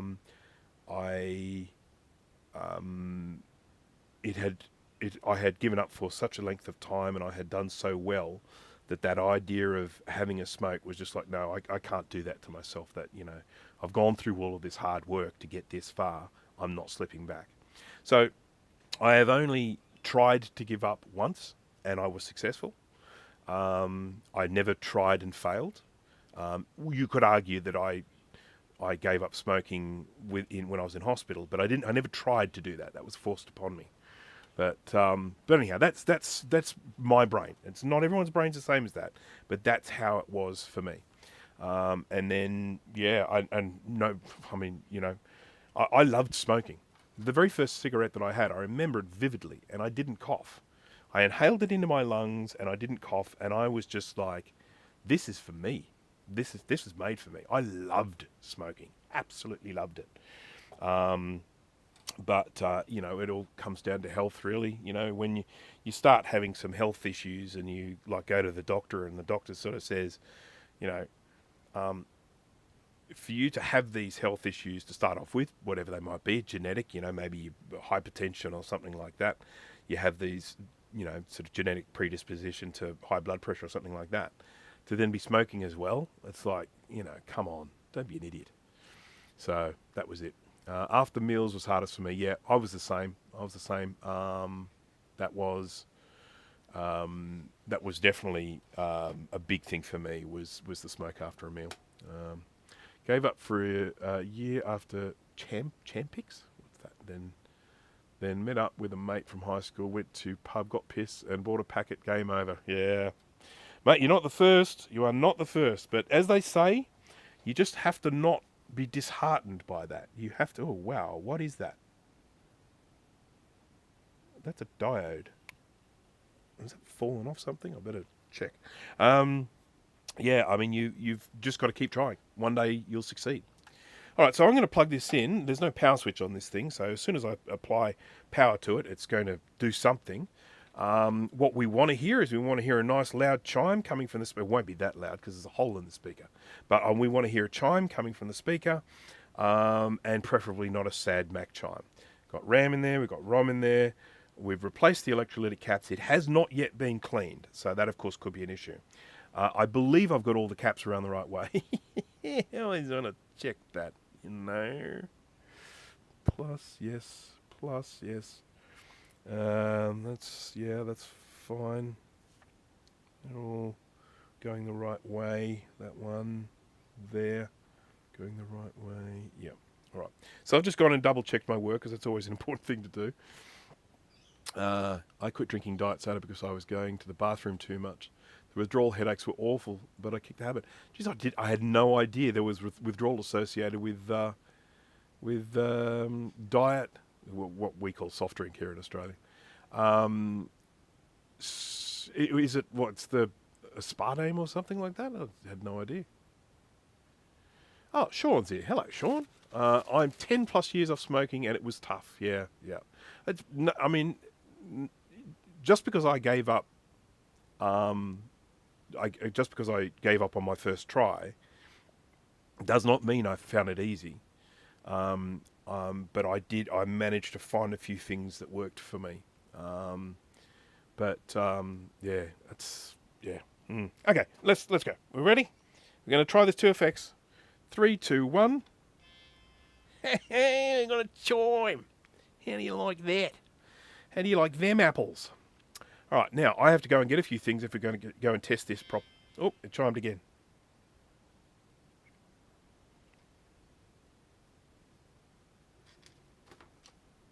You going to chime again? At the moment, we're just playing guessing games as to what's happening because I don't have anything connected to SCSI, and I don't have anything connected to a display card. So, it's thinking. I think it's thinking. So anyhow, let's unplug this. I'll go and get a display card. I'll need a cable. I have to go to the house for that. I'm pretty sure I have a SCSI emulator here. This is the one that I'm going to be doing a video on very, very shortly because I love it. Now, I apologise to all of the purists out there. Remember, I keep saying to people, this is a great time to be into vintage computers. When it comes to things like the reloaded boards, when it comes to things like this wonderful thing here that Will has put together with the power supply of an SE30 or an SE and allows you to video output to HDMI. I mean, it is, this battery's flat. It is a really good time to be into vintage computers. And this is one of the more recent things that has come to me, which is the Zulu SCSI Slim. And this is just so cool. I mean, this thing is like about the size of an old-fashioned Terminator, but this is actually a SCSI device. It's just incredible. So anyhow, this is a really handy. This is my new favourite thing at the moment. I love Blue SCSI. I love Zulu SCSI. The only one that I've gone off now is SCSI 2SD. They've become a bit of a pain. SCSI 2SD was the only thing we had for a long time there, and they did the trick, and that was all fantastic. But if I pull a computer out of storage to go use it, and I want to put some software on it, and I realise it's got a SCSI 2SD in it, and I'm going to have to FTP it or copy it over on an external device or some crap like that, or use one of these to copy it across. Blue SCSI,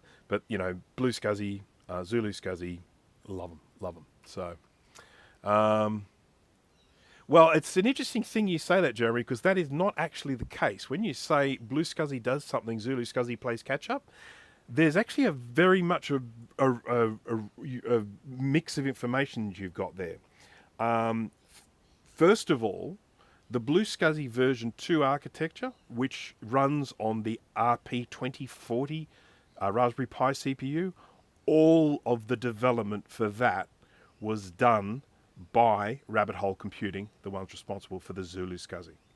So the Zulu SCSI, running on the RP2040, all of the development was done by these guys. And then all of that code was released under the GPL license, and that was then picked up by the guys at Blue SCSI to then bring out the Blue SCSI 2, version 2. So if we're talking about the Blue SCSI version 2, which runs on the RP2040 chip, all of that foundation work was done by these guys. So there's a lot of misinformation about this sort of stuff floating around, but that is the case in this instance. Things like the wireless, the Wi-Fi capability, that was definitely done by the Blue SCSI guys. And that is also, that's released on the GPL license, and that is now available. That's built into this as well now. Anyhow, you got to remember there are a lot of facets to this, and of course we're also dealing with some personalities involved with this, it has been an interesting time in many ways. But anyhow, we as consumers just have to remember we have access to both, and so we are the winners from this. Now, I'm going to get a display card. I need to get a cable. I've got to get a battery for my screen because I left this one on and these batteries just go flat. So I've got to get a cable. I've got a display. I'll get the display card from here first. Bloop, bloop, bloop, bloop, bloop, bloop. What have we got? What have we got? Oh, Jesus, a stack here. Okay, that's a good one. Oh, wow, I think that's a Super Mac. I think. E-machines. God. E-machines, eh? Anyone remember them? E-machines. Yeah. I think this one I've got here will do. Oh, I've got a high-resolution display video card from back in the days when high resolution meant 640 by 480.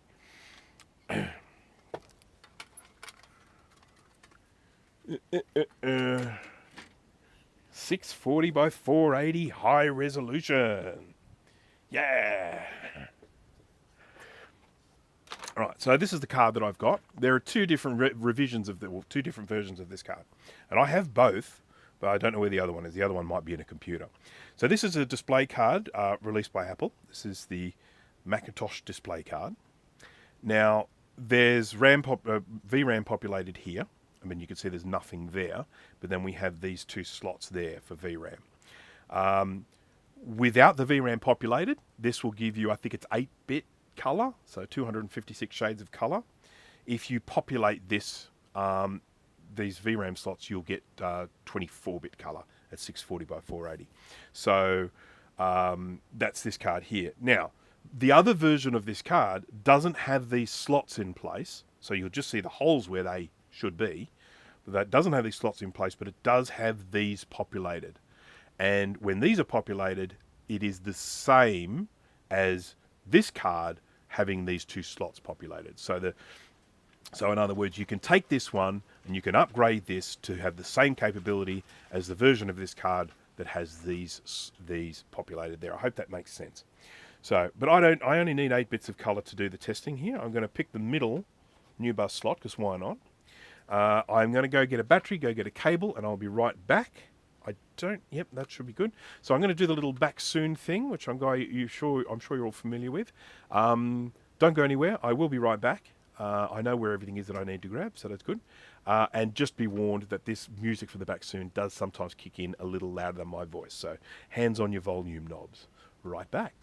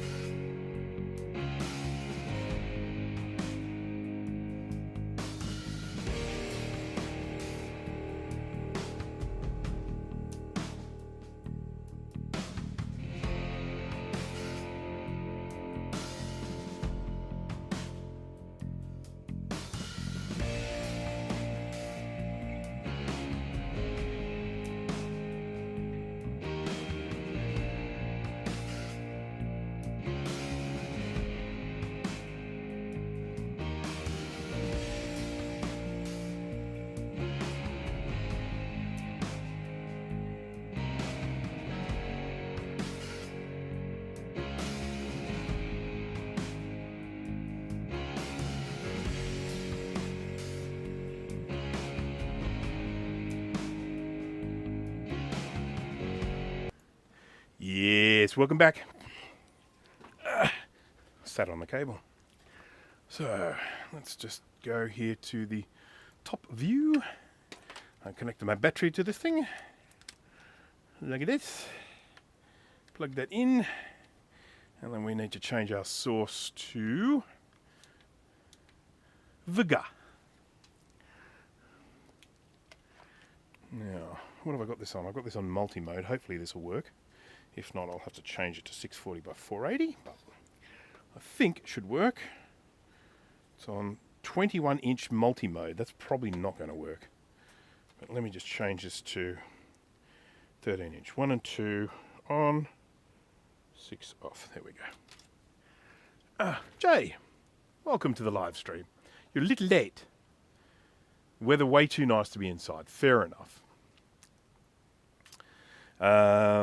Which means it's probably quite cold where you are. It's actually really warm here today, 26 degrees. Well, you know, for this time of year it is anyway.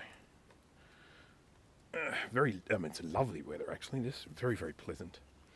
Pleasant. 16, that is cold. That is me wearing a singlet type cold. A singlet underneath my other duds. Right, so got me SCSI there plugged in. Got my display card connected up to this little screen here. We know we've got a chime because I've got my speaker there. There we go. So now I just need to plug in some power and see what happens. Actually, I may need to plug in a keyboard, a mouse as well, which I have here somewhere. Now, Jay, I want to cast your mind back here. Do you remember doing a repair on one of these vintage boards where there was a hole that was blown into the board and you had to do some repairs on the inner layers? I'm sure you do remember that. And we had to do a little bit of a reverse engineering and stuff to figure out what went where. The two of us were sort of working that out. You did all the heavy lifting, of course.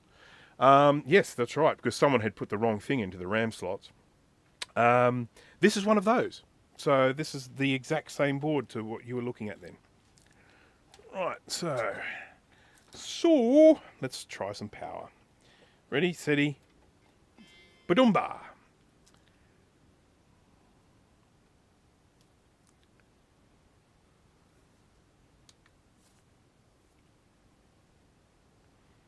Oh, I didn't happen to look over there.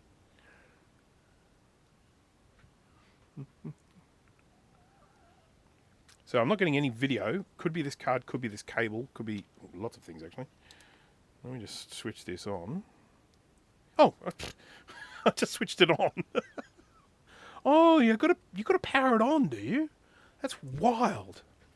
Okay, so we're booting here.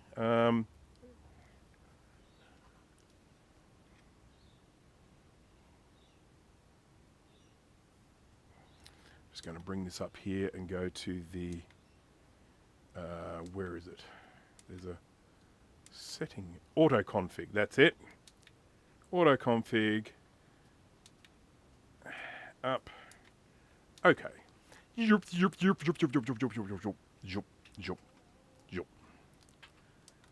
we go. So let's have a little. Oh, I do need a mouse, don't I? I'll just pop this down here for a sec.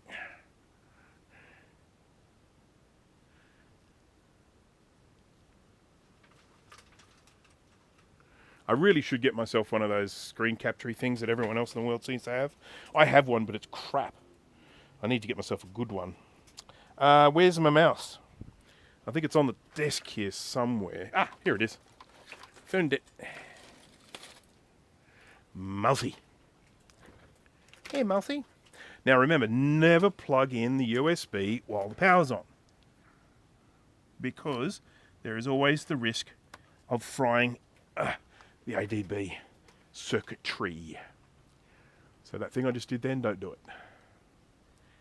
Right, what have we got? We have got, 16. They're 4s. So it's got 4 4s in there. Wow. You see the system software is taking up 10. That's because we don't have 32-bit memory addressing switched on. So the FX was 32-bit clean, wasn't it, I think? So we should find when we go to the memory control panel, the option to turn 32-bit on. Memory. Yeah, 32-bit addressing. Switch that on. Sorry, it's really hard to see for you guys. Sorry about that. I think I can probably fix that by zooming. Zoom. Zoom. Focus. That's a bit better.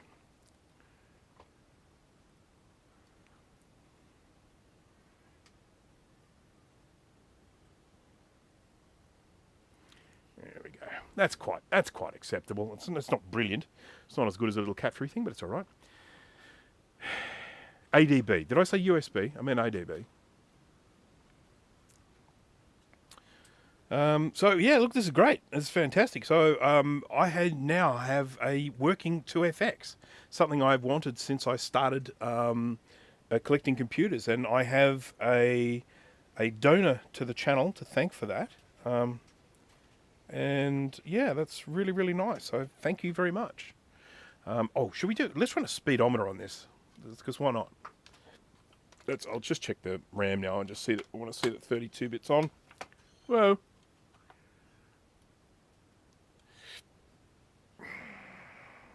Let's get this cable out of the way so I can use this thing. There we go. So, yep, 32. Now the system's only using up 2 megs rather than 10. So we've got the largest unused block of 13. I actually have, thanks to my good friend Kai Robinson, the gigantic brain wandering around in Britain, he sent me a kit for making RAM sims for these, and I have it here somewhere. I just have to dig it up, and now I have a reason to actually assemble them. I never bothered to assemble them before. I didn't have a 2FX, but now I have one. It means I think they might have even been 16s. I think they might have even been 16. So that means I would be able to theoretically take this up to, what is that, 128? That would be awesome. Well, yeah, if I can find them, I can maybe do that. I'll have a little bit of a look. If they don't... I mean, I did a lot of cleaning in here recently, so they should be accessible, because they used to be here. They used to be here. But there's nothing... Now there's a 3D printer here. So I put them somewhere. So, you know. Yeah. Oh, I've got to show him a little thing. Take that out of context. Dun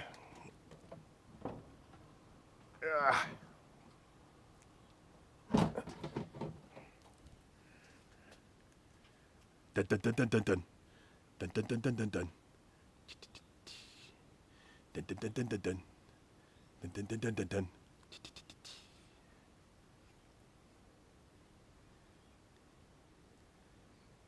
How cool's that? That is some serious detail. Love it.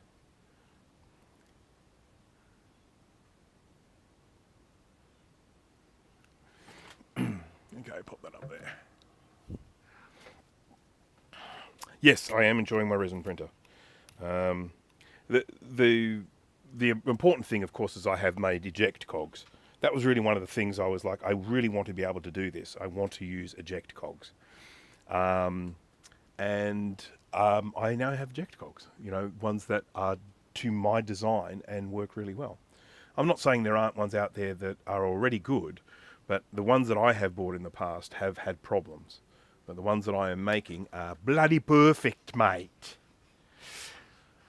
Okay. Well, it's mega. Interesting you say that. The couple of things. First of all, some of the resins smell more than others. The one that I'm using at the moment, which is a Creality high precision one, that has very little odor to it. The ones that I was using for the E-Sun, which was a clear one and high strength one, they really, really stink. But this one has a little filter inside, and it actually has a little hose out the back as well. So I have cut a hole in the back of this shed, and I am actually piping the air from this printer to the outside there. So when it's running, and the resin's being disturbed, I can't smell it at all in here. It's great. Need to print more things with boobs, just saying. Yeah. Well, I did this. This has boobs, but the model itself's not very good. See how the short shirt is torn here? It's not meant to be torn. That's happened because the geometry was too thin. So this is a model which just wasn't really made properly for 3D printing. But, I printed that one just for Jay, because Jay wanted to see resin boobs, so I said, okay, no worries. Oh, well done, Mega. That is Tifa from something. From Final Fantasy, does that sound right? Can I paint them? That is a good question. Technically, yes. Am I much of a painter? I have no idea. I've never tried. So, Final Fantasy, there you go. Yeah. So, all right. Okay, I wanted to quickly run a speedometer on this. I'm going to do that now. Utilities. It'll probably be where that sits. It'll either be there or applications, but I think it's, yeah, speedometer 4.02. Why are we living in monochrome, huh? Huh? Huh? That's just crazy. Oops. So we're going to get to our glorious 256 shades of eye-resting colour. There we go. Look at that. So much nicer. So that's it for this display card. That's all this display card can currently do without VRAM installations. I've got lots of 24-bit ones, but I'm not going to sit mucking around with one after the other until I find one. I just grabbed this one because I know it works. So, and it's all we need for this. I'm really excited. I'm really excited that I now have a TWEEZERS. I just want it to be known. Tests. Run all tests. Run all the tests. There we go. So a Quadra 605 is number one, right? Now, a Quadra 605 is a 68040 CPU. So this is not going to perform, this isn't going to get a particularly high score in comparison to a 605. So as you can see, the CPU 0.7, graphics 0.58, disk is 1.463 because obviously this drive is solid state. It's going to be faster than an old spinner. The math's pretty good though. Look at that, 2.9. So the 605, that must be a 68LC one without a floating point unit, because I cannot imagine this would do better than a 68040 with the FPU built in. So now you need an accelerator for your TWEEZERS. Well, I have a radius rocket, so I could theoretically use that, but it would be much more sensible to get something that runs in the PDS slot. But as we all know, well, those of us into the beige, upgrades are expensive. They are the thing that people seem to desire the most. If you're looking even for just a clunky old 601 upgrade that goes into like a Quadra 950 or something like that, those things are going for an absolute bloody mozza. That's a lot of money in Australia. And yeah, I mean it's very frustrating because you can generally buy a faster computer. Like for example, I've got a Quadra 605 or an LC 475, whatever you want, and I've got a PowerPC 601 upgrade in it. Now the cost of that upgrade, one sold recently on eBay for $700, right? $700 for a 601 upgrade. But if I wanted to go out and buy a 6100, it'd probably cost me half of that. Upgrades rock. Stock sucks. Fair enough.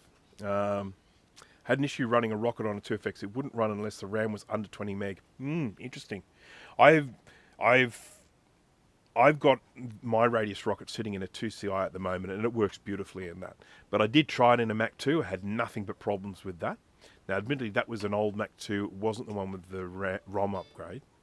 I've never tried it in a 2FX. I haven't tried it in a 2CX for that matter. But and I got hold of a card just yesterday that is like a display card. It's a SuperMac card, but it doesn't have a monitor connection. And you run software, and it actually just accelerates Photoshop functions. So things like blur and sharpen and stuff. I haven't had a chance to test it properly yet, but I got one of them's. So let's go in here to an analysis. Let's go look at our analysis. And we're comparing this machine with this machine. Let's try, we'll see how it compares to, is there a 2FX in here? Centrist? No, there isn't, but we'll compare it to, say, a 2CI. How about that? Because 2CI was the duck's guts until the 2FX came along. And look at that, eh? This is what it was all about. This is why everyone made the move. This is why people spent $10,000 on this computer. Well, 8,000 or 9,000. What was it? 9,000? Was it 9,000? I think it was 9,000. In 1990s money. So yeah, look at that. It's definitely faster than a 2CI. What I want to do is I want to save this machine record, which is going to be interesting because I don't have a keyboard connected. And we'll say, yeah, that's great. And then I'm going to call it, I'm going to put it into here. And what are you going to call it? Oh, look, I don't have to type anything. That's great. Right, now what I want to do now is I want to shut this down. I want to remove this jumper that you can't see. I'm pointing at it, but you can't see me pointing at it. It's J103 on the board, which apparently disables the cache. Okay? Okay. Because that thing that I had here, that I referred to as, what is a ROM? So this is the cache down here. That's the cache there. So this will disable the cache, and then we'll run this test again. Hope you guys don't mind. Quit. Spatial. Shut down.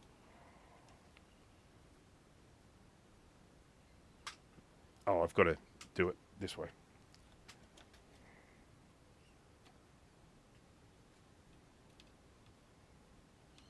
Okay, J103. That should disable the cache, but I'm not sure. That's I'm pretty sure what Bowl told me in my last communication with him. Disabling cache. Yeah, I just want to do a comparison. That's all. I want to see the difference.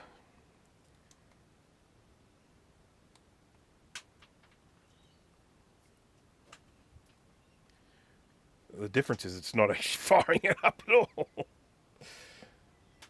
Oh no. Is it doing it? No, it just switched off. Well, it doesn't like not having that jumper on, does it? Let me read. I'll see. Oh! I think I know what's going on. Let me switch this off. I say that. I have no idea what's going on. I just want to have a look. I need to go back and read my... Oh, where's my phone? I'll not bring my phone. What a dick. Who does that?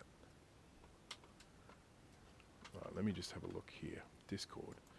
Does anyone love the way when you fire up Discord you have to sit there and wait for like 61 bloody updates? Dan K, hello. Here's my 2FX. Just imagine it with 16 megabytes of RAM, a slightly slower processor, proper hard drive, singing to you instead of my Blue SCSI. Don't mind OS 10 running on it. I bodged that in. Okay, fair enough. Okay, Gibatronics, thank you for joining.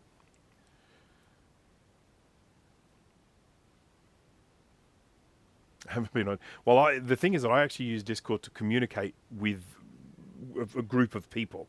So that's my channel of communication with those people. And actually, there are other people that actually do contact me on it. And then, of course, the other thing is I'm on the Tinker Different board, and Tinker Different have a Discord channel, so I've got to spend a bit of time there. Now, where are we? Okay, so what? Oh, that's right. I remember now. It was Discord. I just want to read something. Here we go. Bowl. What was he telling me about this? He said, okay, you can test the cache is working by disabling it, running a benchmark, then enable again, compare figures. Pulling J103, which is what I did, disables the cache. And it wouldn't start up when I did that. I'll try it again, but when I disabled the cache, it just didn't start at all. So I don't know what to read into that. I mean, it chimes, but I'm just not getting any video. Oh, chimed again.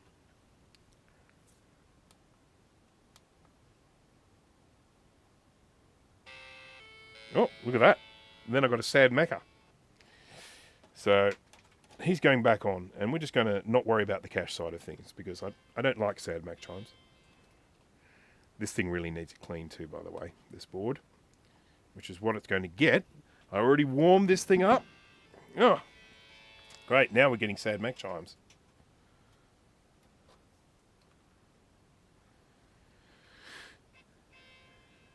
Well, at least we had it working for a little while.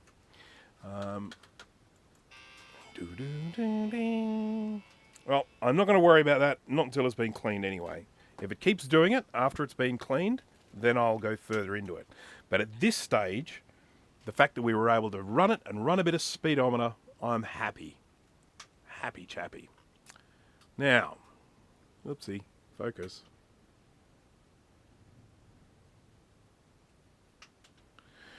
I'll have a quick look and see if I can find those RAM sims, and we might assemble one. If I can't, I've got one other thing that I'll probably do, maybe for about another half an hour, and then I'll probably call it a day. I apologise that I did start a little bit later today. We start daylight savings tomorrow, well, tomorrow at the end of tomorrow night, so the day after, technically. And so when that happens, it puts me, for practical purposes, a little bit closer in time to you guys, and so I will probably be able to start my live streams a little bit earlier when that happens. Oh, geez, my pants are falling down. It's not good. Nobody needs to see that. Well, you're probably getting crackles then, because I just touched my microphone. Right, I'm going to have a little look here, see if I can find these. Oh, crap. RAM things. What would I have done with all of those? They were all in a baggie. What is that? Huh. Okay, I know that belongs to not me. I'm glad it's all in a container in one piece. Oops. Oh my goodness. Shoelace undone. Tripping hazard. Let's get that sorted out. There we go. Old man noises.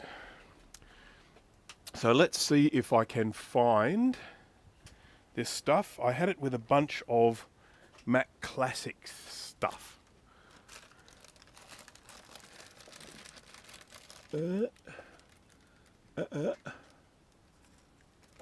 What on earth is that? Okay, fair enough. Fair enough. Hello, chicken. Cash card.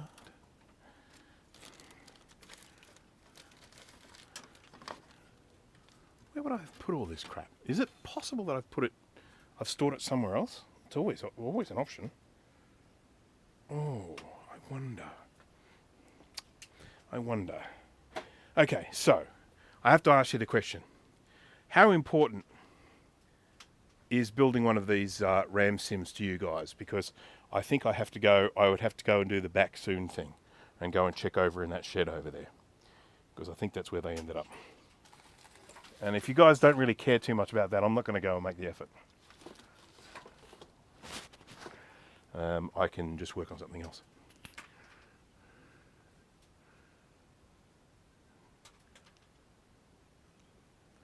Spring forward, fall back.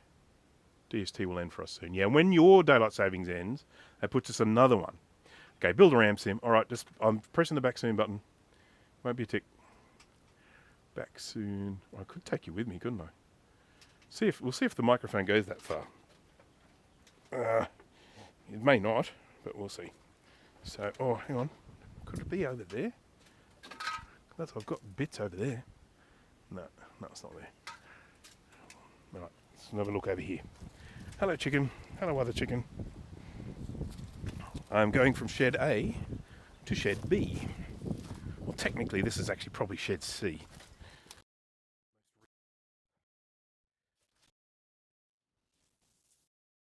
I've got a lot of stuff. Some cool stuff, though. Got a lot of drives and stuff.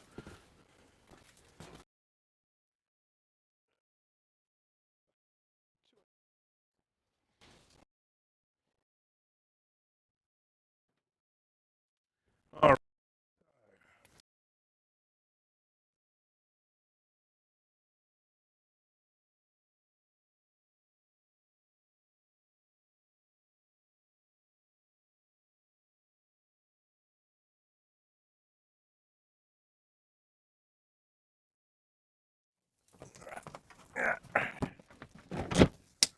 So much stuff.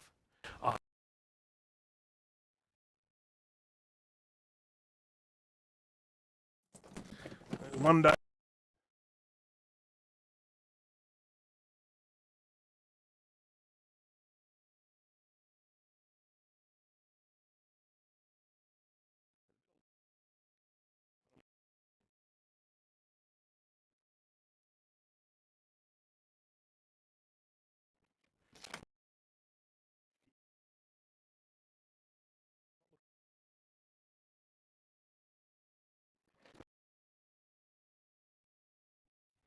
it's not there.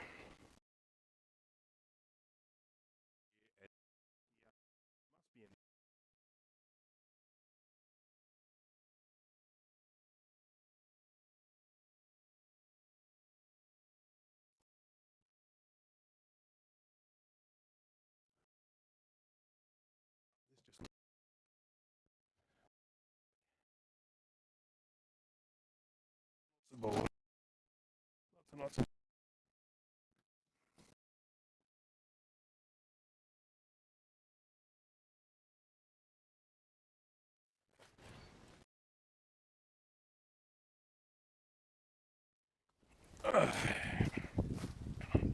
frustrating. Frustrating. Very frustrating. So, were you able to hear me over there?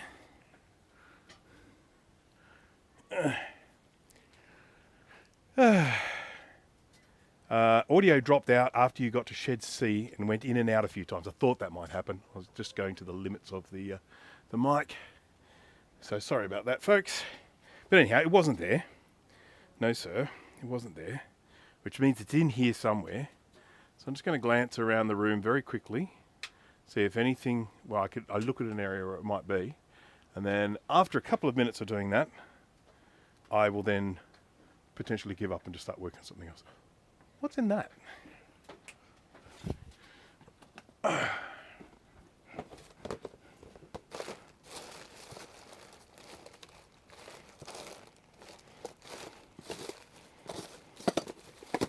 thought this was a really good candidate there.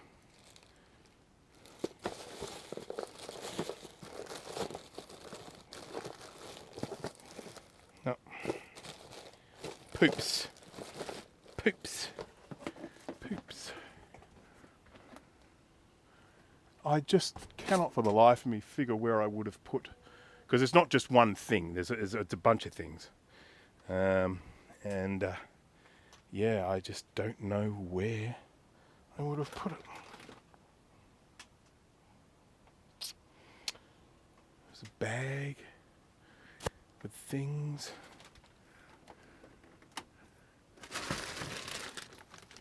That is a big anti-static bag. No, this is frustrating. I will have to spend another time hunting for those. So I do apologise, everyone, for making you wait and all that sort of stuff. So this is going to have to get it clean. So I'm going to pop that over there in readiness. What I'm going to do now is see if I can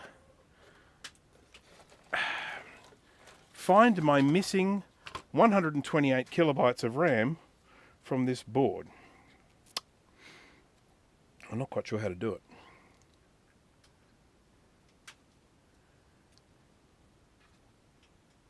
When I lose stuff, I can't blame it on having 3 sheds. Yeah, it could be over here, you know.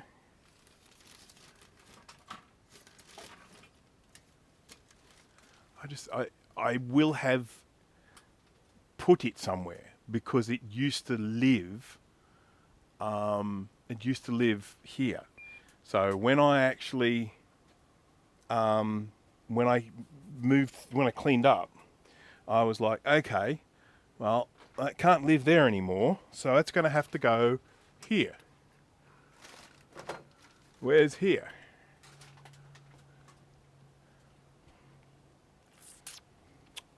And there's only so many places it can be. I mean, this is a tiny shed. I mean, it really is small. It's it looks bigger in the pictures than it is. It's tiny.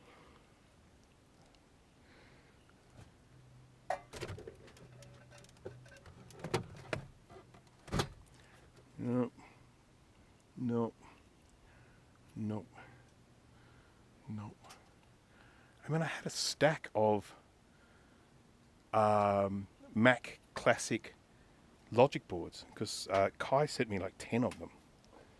I've just got no idea where they all are. They're all part of the same package, the same sort of delivery. How do you lose 10 bloody logic boards? Only little ones, granted. Piffle. Bye, Callum. Thank you for joining. All right. So okay. So yeah, this is a Macintosh 512K. As you can see, that this is could have been a 128 or a 512K. This has got the little stamp on the 512K. It's got a ROM upgrade, and this ROM upgrade is part of this RAM upgrade, which is floating over here. Now, the RAM upgrade should take this to 1 megabyte of RAM. And when I very first started testing this, it did have 1 megabyte of RAM. But now, we've dropped down to 800 and something. We're missing 128. And I don't know why we're missing it. So, I mean, I guess what I can do, it's an entire bank of 4, so 3, 4, 5, 6, 7, 8, 9, 10, 11, 12, 13, 14, 15, 16, 16. So it's an entire bank of 4 chips.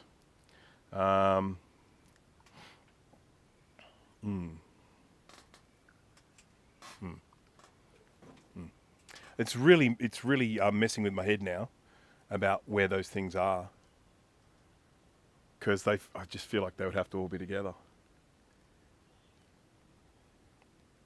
But I don't want to waste any more of your time, sorry. Righty. So that could be because I'll probably do another live stream this weekend. I'll probably do one on my Monday, your Sunday. There's a good chance that'll happen. So in that, I might be able to get the RAM sorted out by then.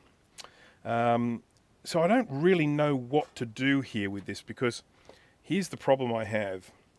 I mean, I could just swap all these chips around, I suppose. But the problem I have is that I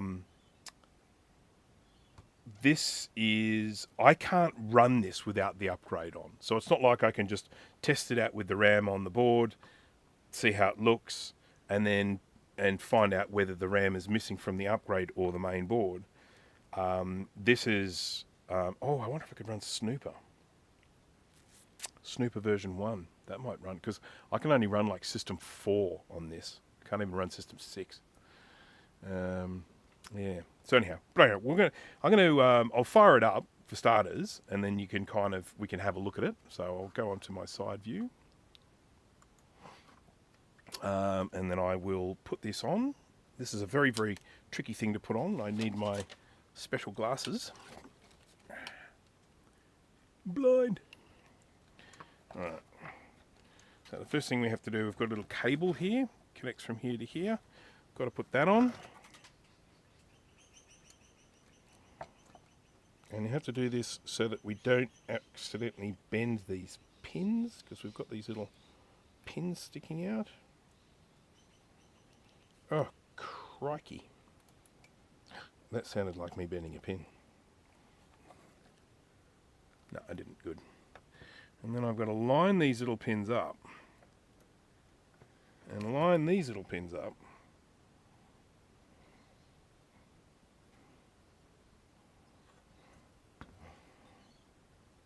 There we go. Got it.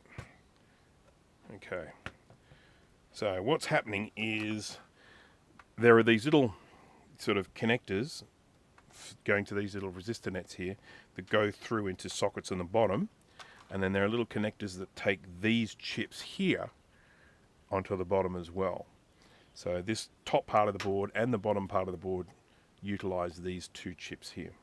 So once we get that connected in there, I can then plonk this up here. I can then grab my trusty little 512K case, and I'll connect this up. Now this makes a terrible noise. I just warn you, it makes an absolutely awful noise. And then I'm going to get myself a little floppy MU, connect that there, and then I do have a mouse floating around here somewhere. There it is. A little mousey, mousey.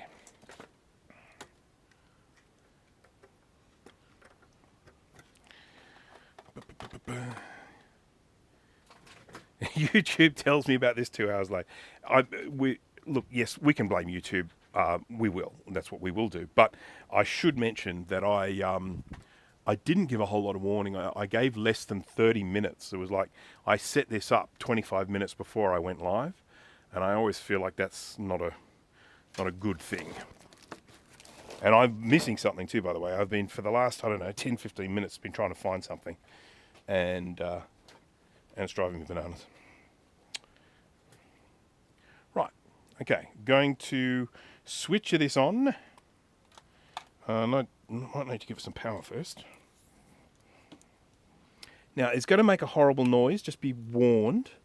When it comes on, it kind of makes a crackling noise and then a weird noise, and I don't know why it makes a noise, but it makes a weird noise. Maybe something to do with the ROM, maybe some other problem. But I'm going to switch this on. SETI, go. That's its version of a chime. And then look at that, we've got a nice flashing question mark. Gotta love the flashing question mark. It means good things. Thank you very much, I Love Scotch. That looks like one of them stickery things. Thank you, thank you. Much appreciated. Right, so I'm going to fire this up into... Oh, crikey. What the hell? How did I end up there? Okay. System 3.2. Let me have a look here. What have I got? Boot disk system 4.3. 4.3 won't work. I don't think it will anyway. I'll get a sad Mac almost definitely. Yeah, like that. That's telling me that system is not right for it. They were not meant for each other.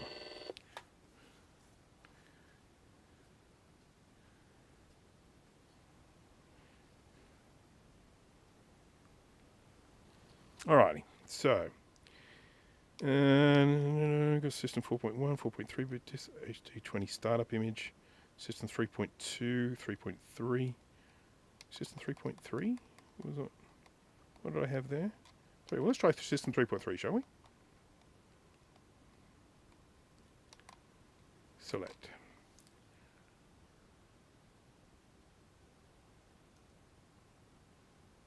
Yay, welcome to Macintosh. Thank you. I appreciate the welcome.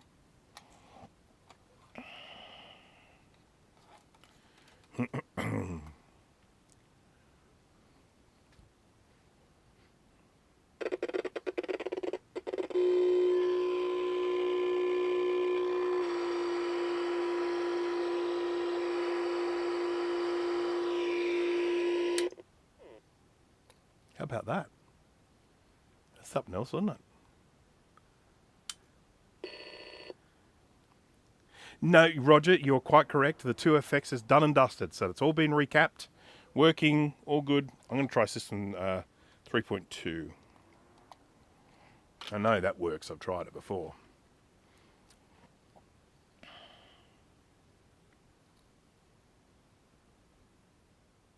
Well, it did before. It may not work anymore.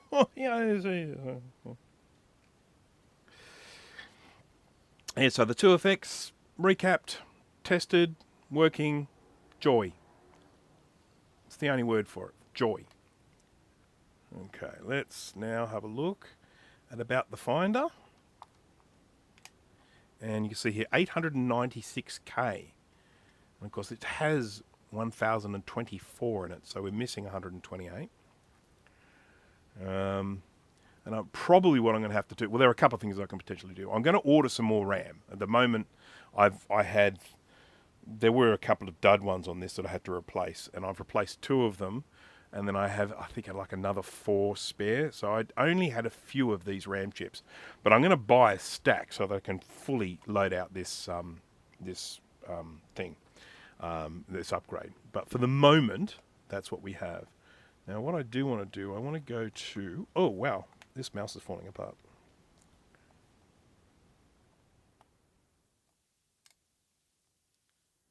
Right, I want to just play sound here.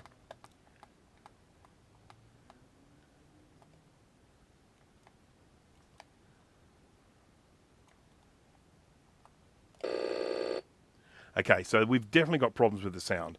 So sound is coming out. It's just not the sound we're supposed to be getting. That's meant to just be a bip. And it's going... So, not good. Yeah. So I have to think about that. I'm going to have... Thankfully, I have a schematic for this, but, you know. I've lost me. There he is.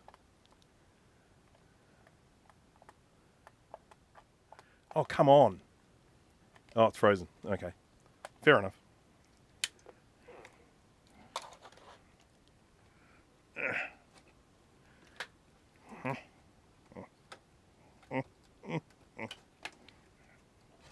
Now, there is a combination of Texas Instruments and NEC RAM on this board, I think. So this top one here is all Texas Instruments.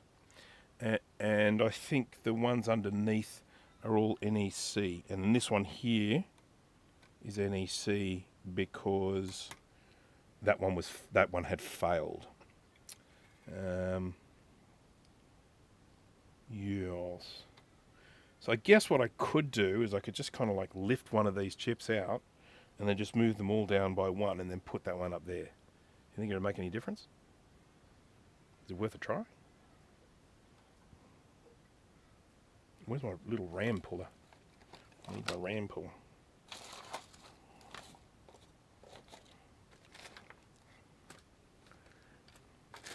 I figure I'll do it. There's no harm in doing it. Might make no difference, but I'll try it. I haven't done much to this upgrade. Most of the work that I've done has been to the board underneath. So if there is a problem, that's more likely to be the place where it is. But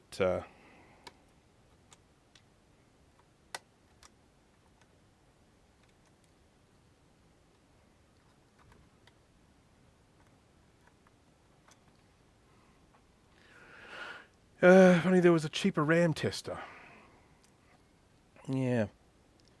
Yes, it would make life a lot easier if I could just go in and test all this RAM, but I do not have a RAM tester. Oh, all of these, this has all been ultrasonically cleaned too, by the way. Not these chips, but the board. Both boards have been ultrasonically cleaned.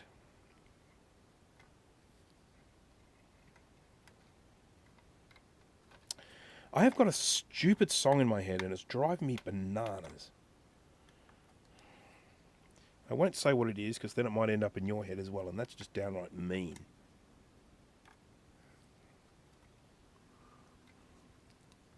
Need the retro chip tester.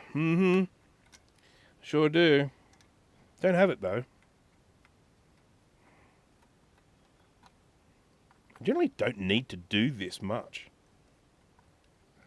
But, yeah.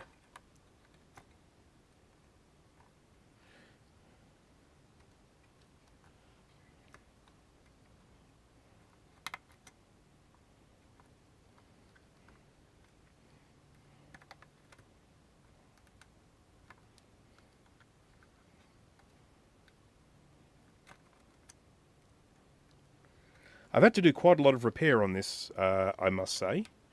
And I'm clearly not finished yet. I've still got to sort out the sound, and I've got to sort out my missing RAM. But it's still a fun project. I think the story, doesn't the story go that when they very first did the Apple demonstration, the very first Mac demonstration, they couldn't get the demo to run on the 128K, so the demo was actually done on a 512K model. I think that's the generally accepted story. I don't know if it's true or not. So even when he was introducing the world to the Macintosh, he was actually introducing the world to the next version that came out. I would imagine with the right sort of software, you would be able to test this RAM. I mean, I would think if you were to write the relevant code, you could even get something like a Raspberry Pi to test RAM. You know, if you just made an adapter to go from the little header pins of a Raspberry Pi and connected the RAM, I reckon you would be able to, again, you'd have to write the code, and that's not me. I wouldn't know the first thing about how to set up the test RAM, but I would imagine you could do that just with like some software. I would think. I'd be very surprised. I mean, you can use a Raspberry Pi to program, EPROMs. So if you can do that, I'm sure you'd be able to use it to test RAM. Right, so I've just moved all of these RAMs down a bit.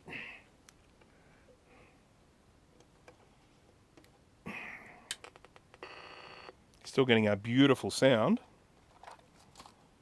I'm going to have to go in and do some sound diagnostics.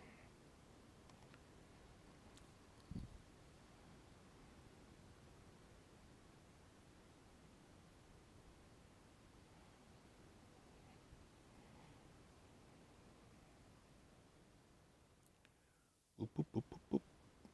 Boop, boop, boop, boop, boop. There we go.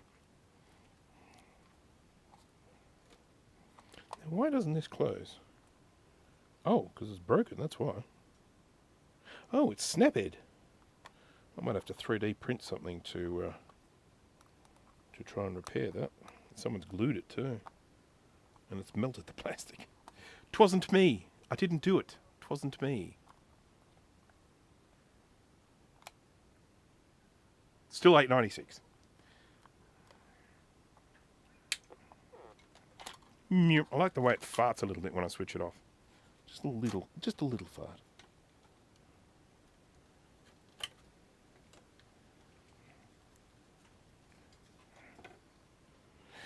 My watch just said off to a great start, and it's just patronising me because I know I'm not off to a great start. I've been sitting on my ass for the last 2 hours.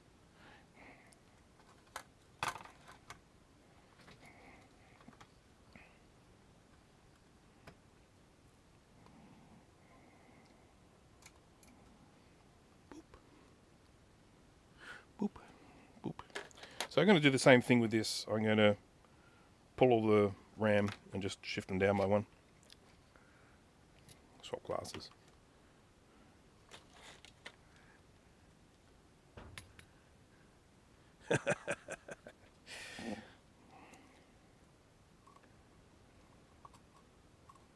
Oh man, this sucks.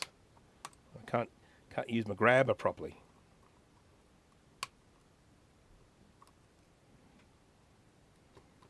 So obviously these were not originally socketed, these were soldered in. But one of the first things I did from my kind of future-proofing thing was I lifted all the RAM off and put sockets in. And since I did that, that's when my RAM, a bit of my RAM mysteriously disappeared. So I do worry about whether something's not making proper contact here.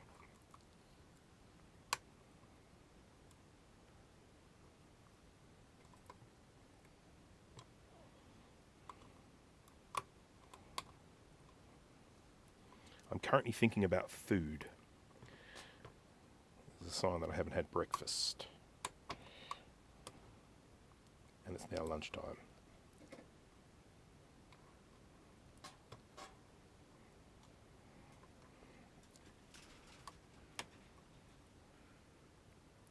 So has anyone here ever had to buy any of these little chips? They call them 256 because they're 256,000 bits they hold. So then if you have 8 bits in a byte, 256,000 divided by 8, you end up with 32 kilobytes.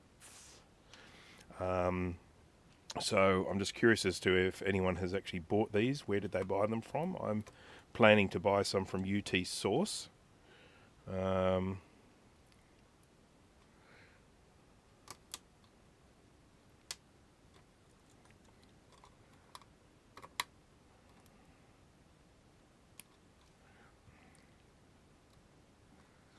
Not sure if it's these ones or the ones for the 128K, but there are some chips there, they're the same ones that you have in the 2C, the Apple 2C, so there's a bit of a demand for them. But I can't remember if it's these chips or the chips that you find in a Macintosh 128K. It's probably the ones from the 128K.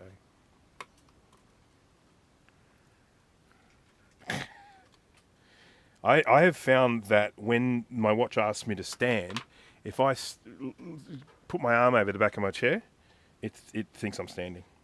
And I mean, I don't do that to trick it. I put my arm over the back of the chair all the time. I just do that sort of when I'm in meetings and stuff, stretching.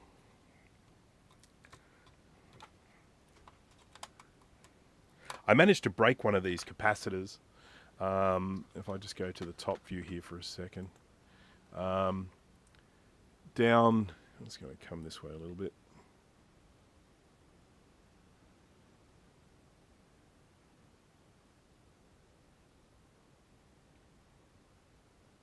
So you've got, oh god, that's out of bloody focus. There you go. I keep bumping it. It's so touchy.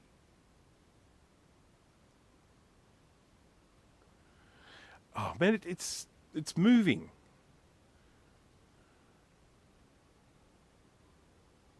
There we go. So you've got the RAM here, all right, and then underneath you have these little capacitors, and they're just a normal ceramic capacitor that's been stuck into a little glass through-hole housing, and I managed to smash one of them while I was removing one of these, so I've replaced it with just a ceramic cap down there, and then a little wire that leads to the other side. So it's a surface mount ceramic cap that I've just soldered on there. They're 100 nanofarad capacitors, those ones. I mean, it would be better if I had a bigger one, or I could even go and get a through-hole ceramic cap from my local electronics retailer. But I don't know. Might look a little bit better if I do that. This one does look kind of ugly.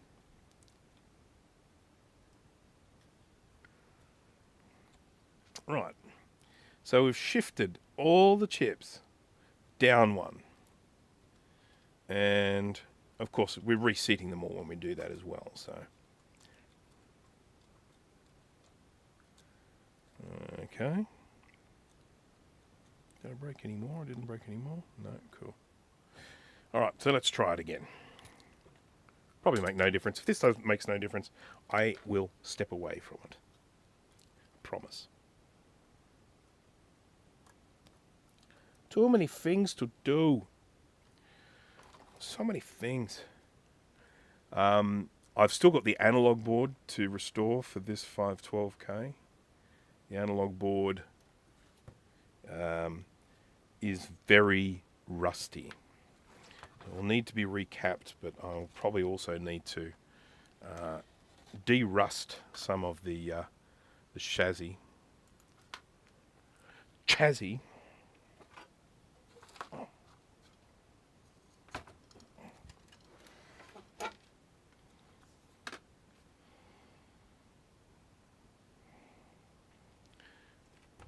Toilet is a magical place, Jay.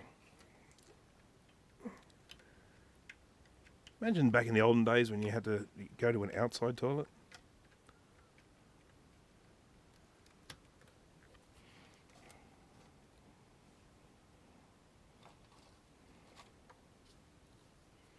Or use a chamber pot. Ugh. Right. Ready, steady. The sound is still the same. In all the repairs that I've been doing, it has had no impact on the sound whatsoever, so it's clearly something else that needs to be done there. System installation.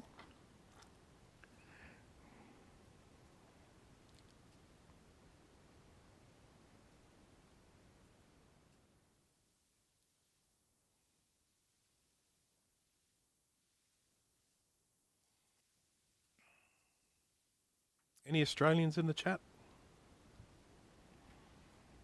If so, you guys, anyone going to be watching the NRL Grand Final tomorrow?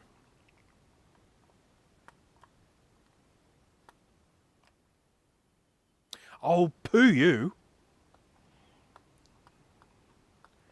Okay.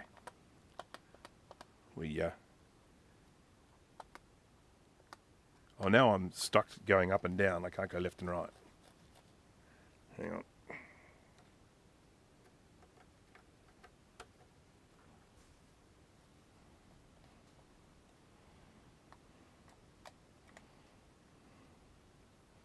Use Mini Finder. What the bloody hell is a Mini Finder?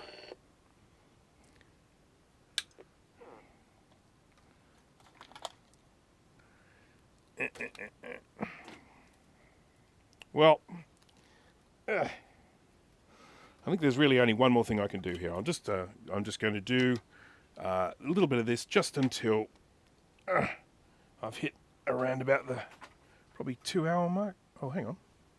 I've been going for 2.5 hours. 11:30, 12:30, 1:30, 2.5 hours. Goodness me. Right, there's just one more thing I'm going to do, and it's going to be a little bit on the dull side. I do apologise, but we'll make it interesting, won't we? Yeah. In my last live stream, I was working, I think it was my last live stream, I was working on this SE30 reloaded board and getting a sad Mac chime on that. So what I want to do is I just want to have a little bit of an inspection with the old microscope and just to see if I can find any potential issues. So I'm going to start on this side to see if any little components have fallen over. 100%. Dana's here. Hello, Dana. Fellow Australian from the land of Australia. And I am definitely going to be observing the local sporting event tomorrow. 100% friend, 100%. Well done, Dana. When do we get to see TWEEZERS gore close-ups for the sickos amongst... Well, that was a bit of a mislead on my part. So that thumbnail was of a different TWEEZERS board, which I didn't bring down with me. It's still in the chassis, still in the case up there. I just did it to try and get people's attention. So, yeah, so my apologies for the mislead there, but yeah, there's no... The one that I actually worked on, excuse me, the one that I worked on is actually in pretty good condition. So, and it worked too. Well, it did for the beginning part, and then it started making funny noises, but that's all right. It just needs cleaning, I suspect.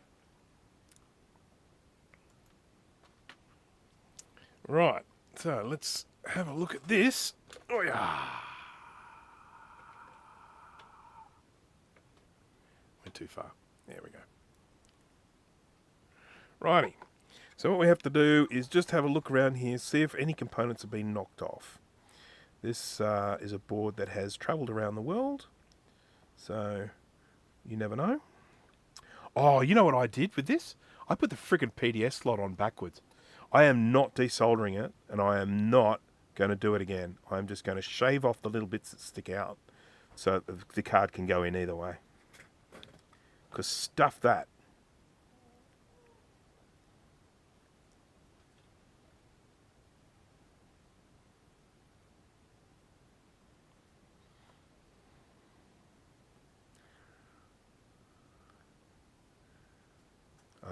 Interesting thing about this is there are two different versions of the 68030 chip.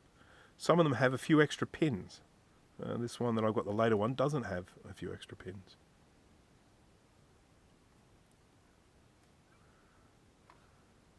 Bit of gunk there, let's clean that off.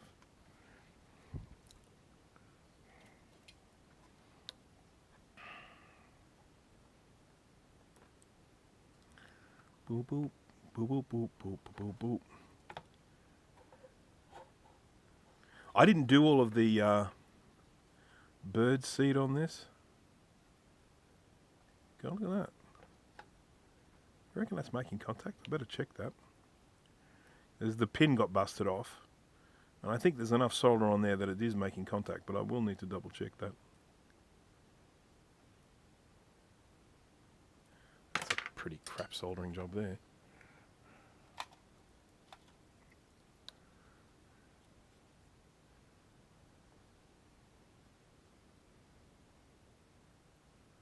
Expect better from you, Rain. Some of these pins are a bit crunchy, but I think we're okay. Right.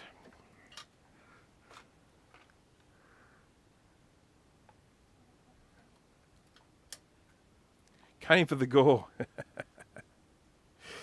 I'm not even sure if I'm going to bother with that one, to be honest. I mean, I may end up using that as a donor for a reloaded board in the future, but I just, I have worked on a few battery bombed 2FXs, and it's not fun. It's not enjoyable. Mainly because they're a 6-layer board.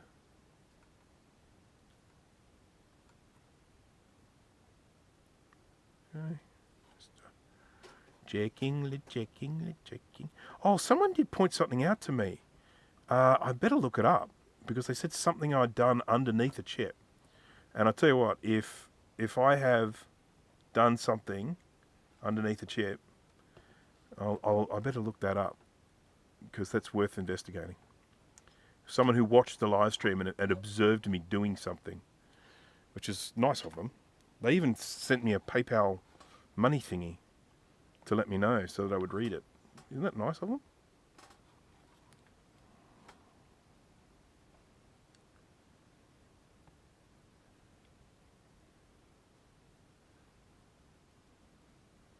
This is all the video stuff. Well, video's all working, so I'm not overly concerned there.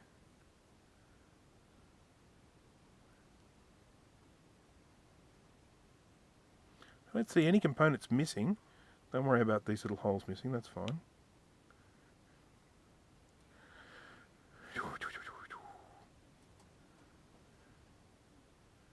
Yep. Well, I think I've inspected that whole thing. I didn't bring my freaking phone down, you stupid person. Idiot. Right, just a second while I go and figure this out. Excuse me while I whip this out.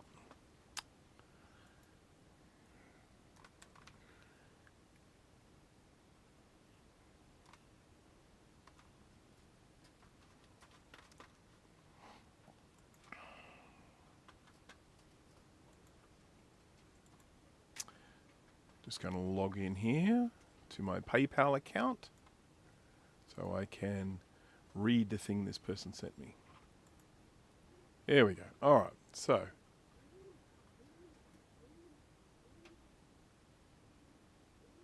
we got to just have a look at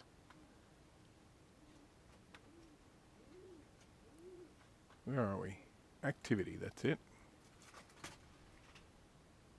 Activity. All transactions. There we go. I don't actually want all transactions, I only want incoming ones, but never mind.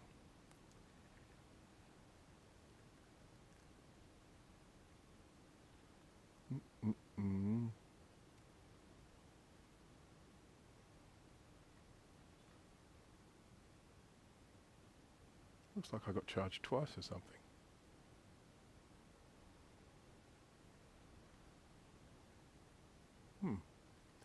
Alright. Right, so excuse me here, I apologise, I know this is very boring, but this is something I have to do here. Go, transaction type, payments received in the past 90 days. Let's do that. Apply filters. Okay. Is that one it?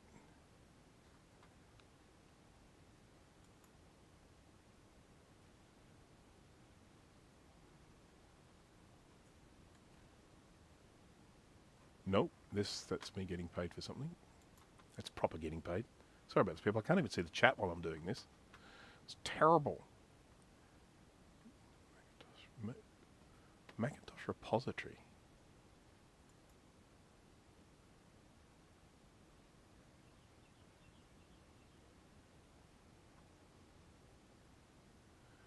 Okay, you continue to make even more because of the useful community visual. Okay, so that was someone thanking me for my guides. Isn't that nice? No. I am absolutely and totally baffled now. I'm going to have to go and check on my emails. So I could have checked it on my phone, but I can't because I can't. There we go. That's better. Fume Extractor Police has been notified. Okay, we'll be watching NRL, lots of beer. In my humble opinion, deoxit those sockets, by the way. Yeah, I probably should. I don't have any deoxit, so isn't that bad? All right, so I'm going to just go quickly duck up to this, to read this email that this person sent me. They told me to look under one of the chips that I soldered on. So I am going to go do that. So excuse me, I'm just going to press the back soon button, and I will bring my phone with me this time so that I'm not nude without my phone.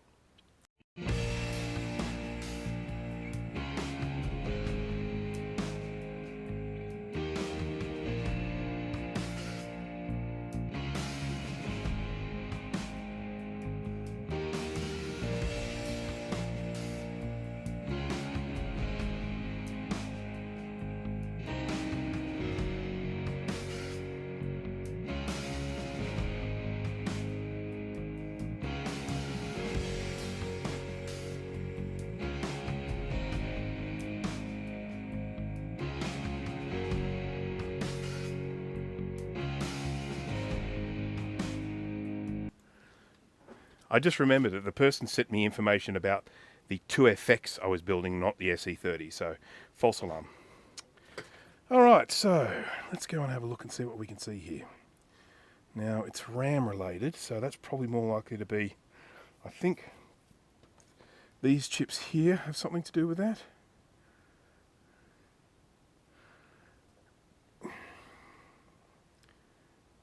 They all look soldered.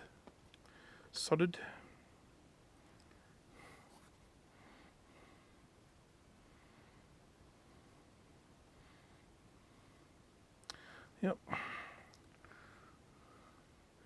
We probably want to check the glue chip as well.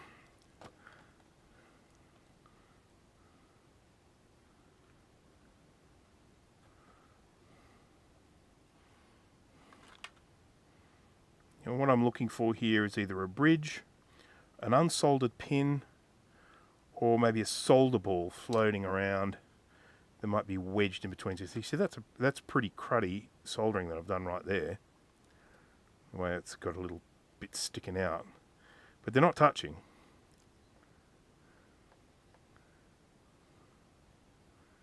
So I don't actually need to do anything there other than make it look better for my own feelings.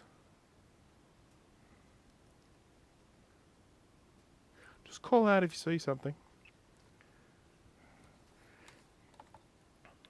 Given my proximity, I am definitely a Panthers supporter. Penrith Panthers.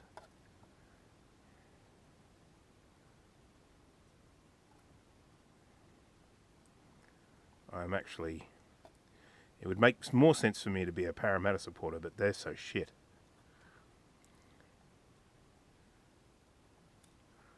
But all of my friends are all Riff supporters, Penrith supporters, so yeah, I may as well.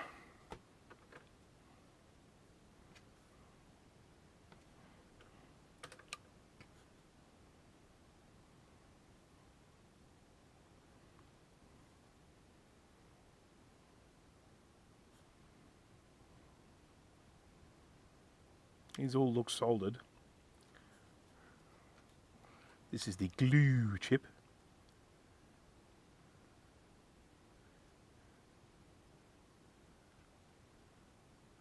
Some of it's a bit fugly, but soldered.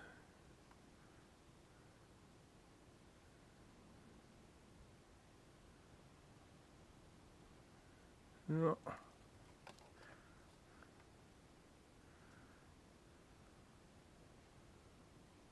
Do call out if you see anything untoward. Then we've got our... Well, I'm going to just check the FPU only because that one was really hard to solder.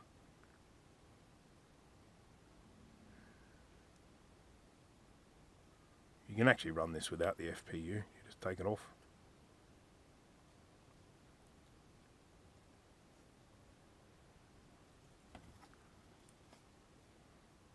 That was a nice bit of crud shoved in there.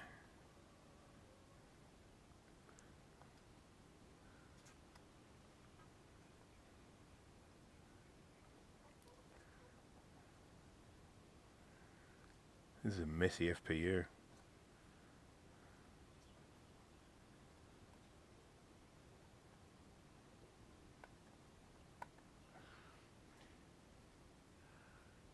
Oh yeah, I remember Parramatta were legends in the 80s with, you know, Sterlo and whatnot. But yeah, that's a long time ago.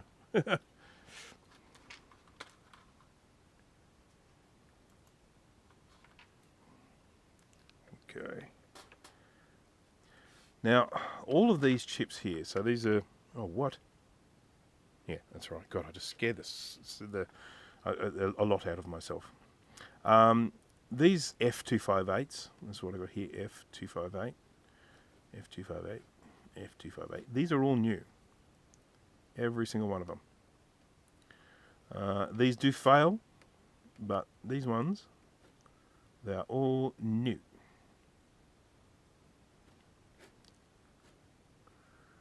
And we've got 220, 220, 220, 102, 201, 102. Going to check and make sure that they're all right. That I've got them the right way around. I can do that by grabbing another board.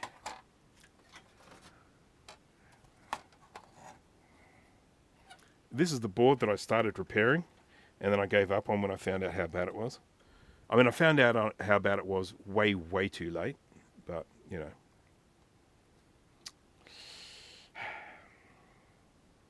So that's 102. That's 102. 102. What? Oh, that's RP9. Okay, so that's a different one. That's 102.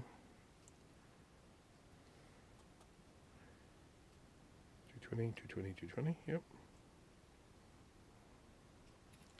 That's 220.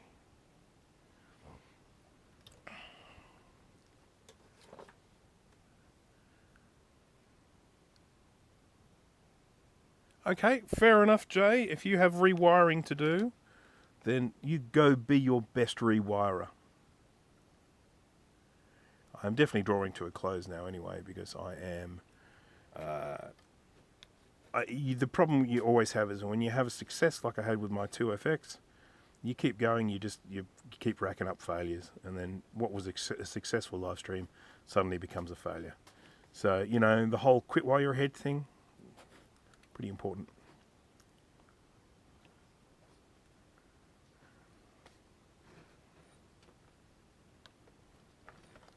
I'll check this chip as well.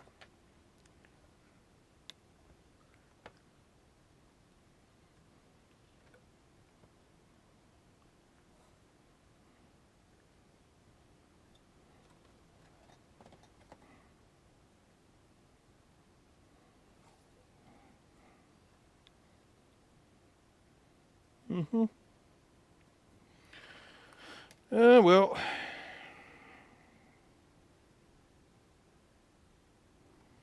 I haven't done anything to it, but I'll test it anyway.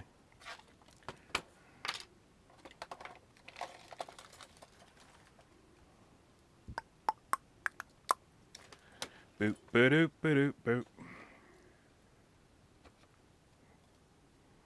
Because why not? I have the power. I've lost my speaker. You know my cruddy little speaker with a hole in it? I can't find it. Did I leave it on the board? On the 2FX board? Nope.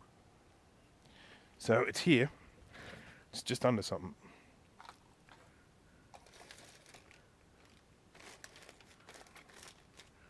Absolutely need the speaker.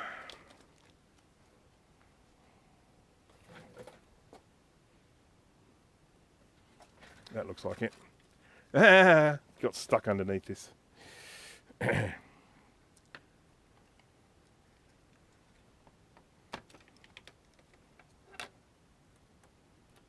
we go. All right. Now I better just check and see what it's set to. 12 volts. That's what we want. All right. So just going to do one more little test. It's almost definitely going to just go sad Mac chime, but I'll do it anyway. Yep. Sad Mac chime. The next part of this, the real crappy part of this, is what I kind of have to do next is I've got to get out the old multimeter and start tracing things across, and that's so boring. And checking and things, that's the worst part of the diagnostic stuff, and it's the stuff I generally try and steer clear of actually filming any of that. I'll generally do it, and then what I'll do is I will kind of come back afterwards and say, okay, so this is what I did and this is what the problem turned out to be, because the actual diagnostic part of it is just really, really dull. It's me just sitting there concentrating and looking at schematics and being extremely boring. So alrighty, well, I think I am going to call it a day, so because I am getting super hungry and I want to eat some lunch. So I want to thank everyone for joining me, and thank you for the super sticker that I received during the live stream. We did have some success. We got the 2FX board, ripped all the old caps off, stuck new ones on, and it fired up beautifully. We're even able to run speedometer on it, and also found that it had 16 megabytes of RAM in it. That's a bit of a good thing. The one that I got that's battery bombed, that had RAM in it as well, fully populated. Don't know what sims they were, I haven't checked them yet. But the corrosion from the battery bomb was so bad that it actually damaged those RAM sims, some of them anyway. I think probably at least 2 of them are absolutely beyond being able to be fixed. But I think there are 4 definitely okay, and possibly 5 or 6. They're in the ultrasonic cleaner at the moment. I'm going to fish them out and have a look at them and see just how bad they are after ultrasonicing. So I set out to recap a 2FX. I did recap a 2FX. It all went really well. I'm very happy to have a 2FX in my collection now. Once again, thank you to the donor who contributed that to the channel. I really appreciate it.